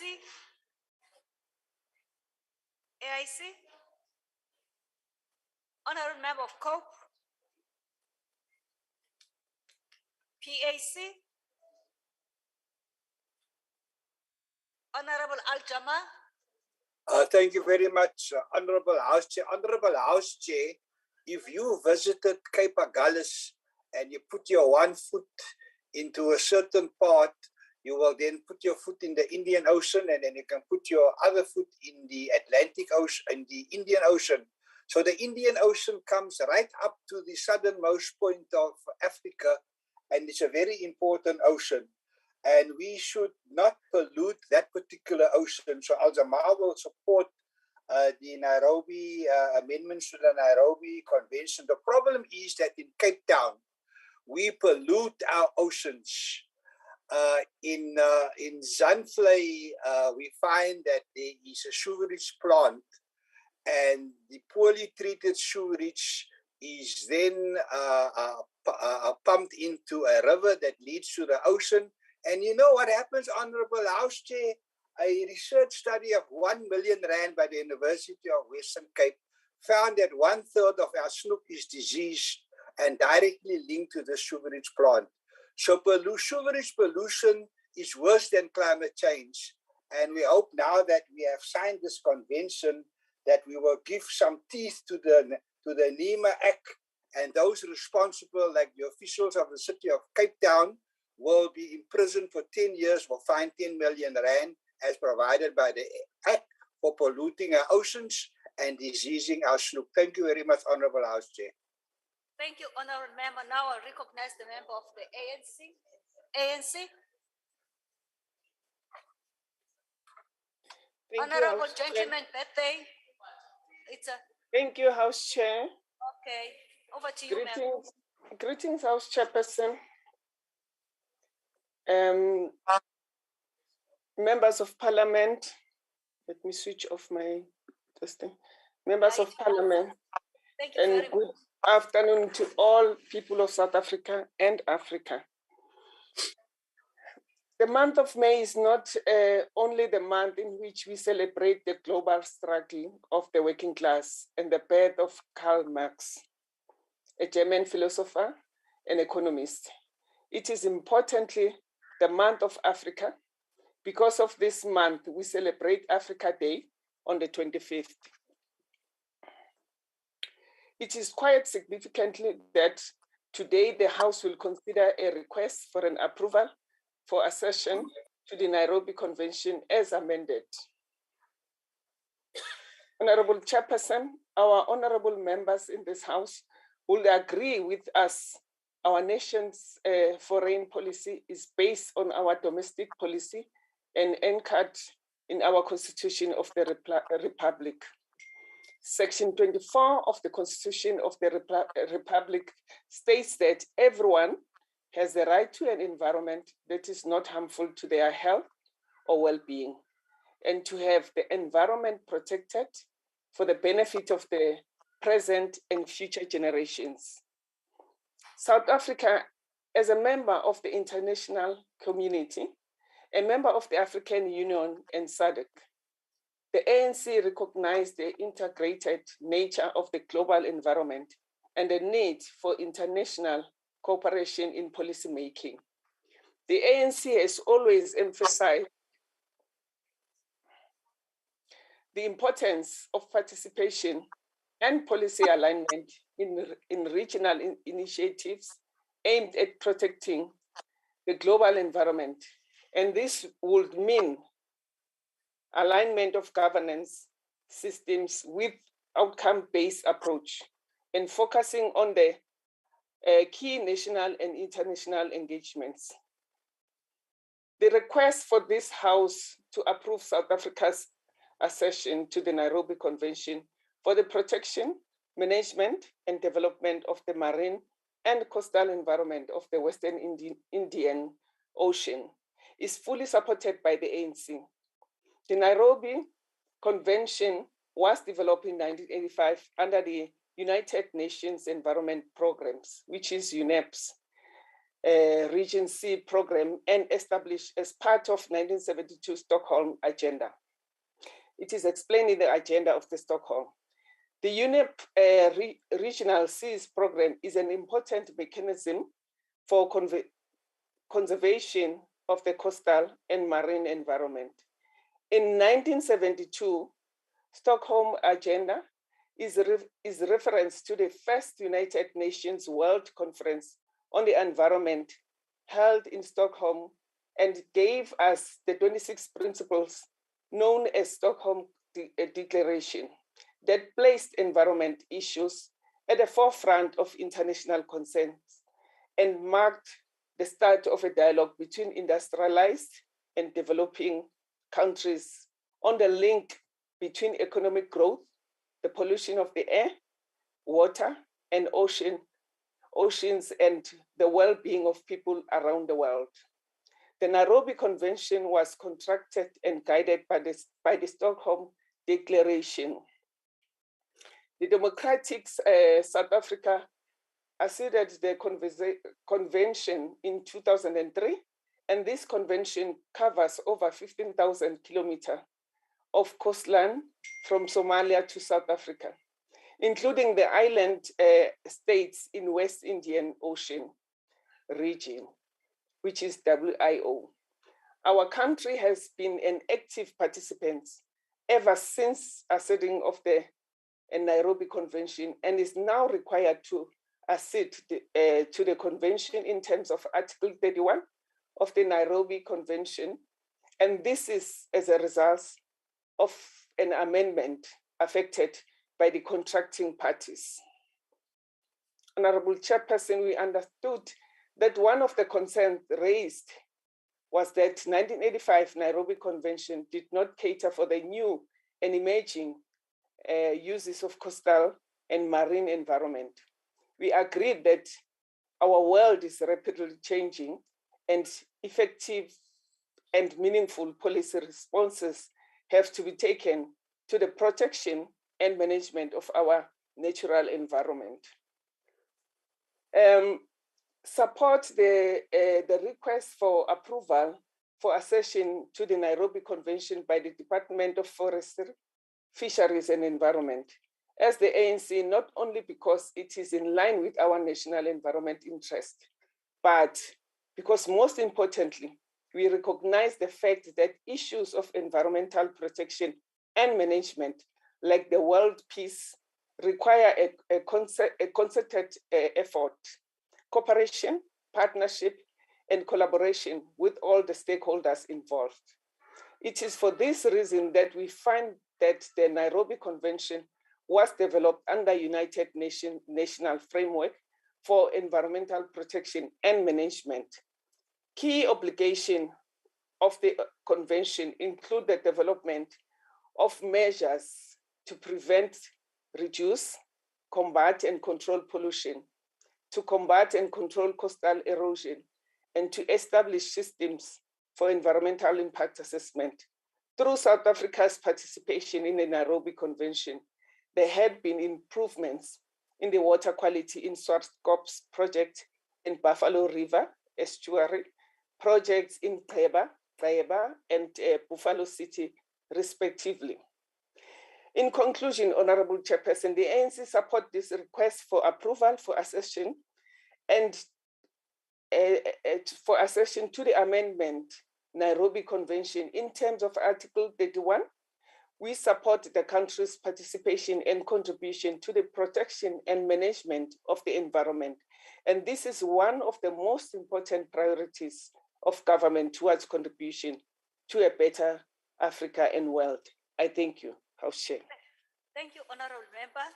Honorable members, are there any objections to the approval of accession to the Amendment Convention to the Protection, Management and Development of the Marine and Coastal Environment of the Western Indian Ocean, Nairobi Convention, as it appears on the order paper? Any objections? Please note the ACDP's objection. Thank you. The objection shall be noted. the report is agreed to. Honorable members, the secretary will read the sixth report, the last order of the day. Thank you very much. Consideration of report of Standing Committee on Finance on the determination of remuneration of members of the Financial and Fiscal Commission, dated 8 September 2021. Thank you very much. I will now call upon Honorable Abrahams to introduce the report in the chamber.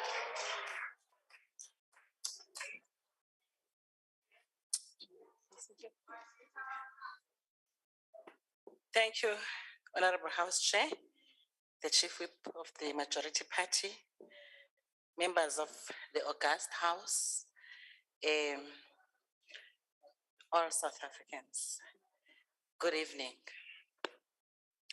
This report, honorable members, replaces the report that was tabled in the ATC number 121/2021 on Wednesday, the 8th of September 2021. It is on pages 28 to 29 of the ATC. The report of the Standing Committee on Finance on the determination of remuneration of members on the Financial and Fiscal Commission, dated 8th September 2021. In a letter dated 13 April 2021, the President of the Republic requested the National Assembly to consider the draft notice of his determination of the salaries and allowances of members of the Financial and Fiscal Commission, referred to as FFC, amongst others. The draft determination is made in terms of Section 9(1) of the Financial and Fiscal Commission Act number 99 of 1997, which is the FFC Act, as amended by the FFC Amendment Act of 2015, Act number 4.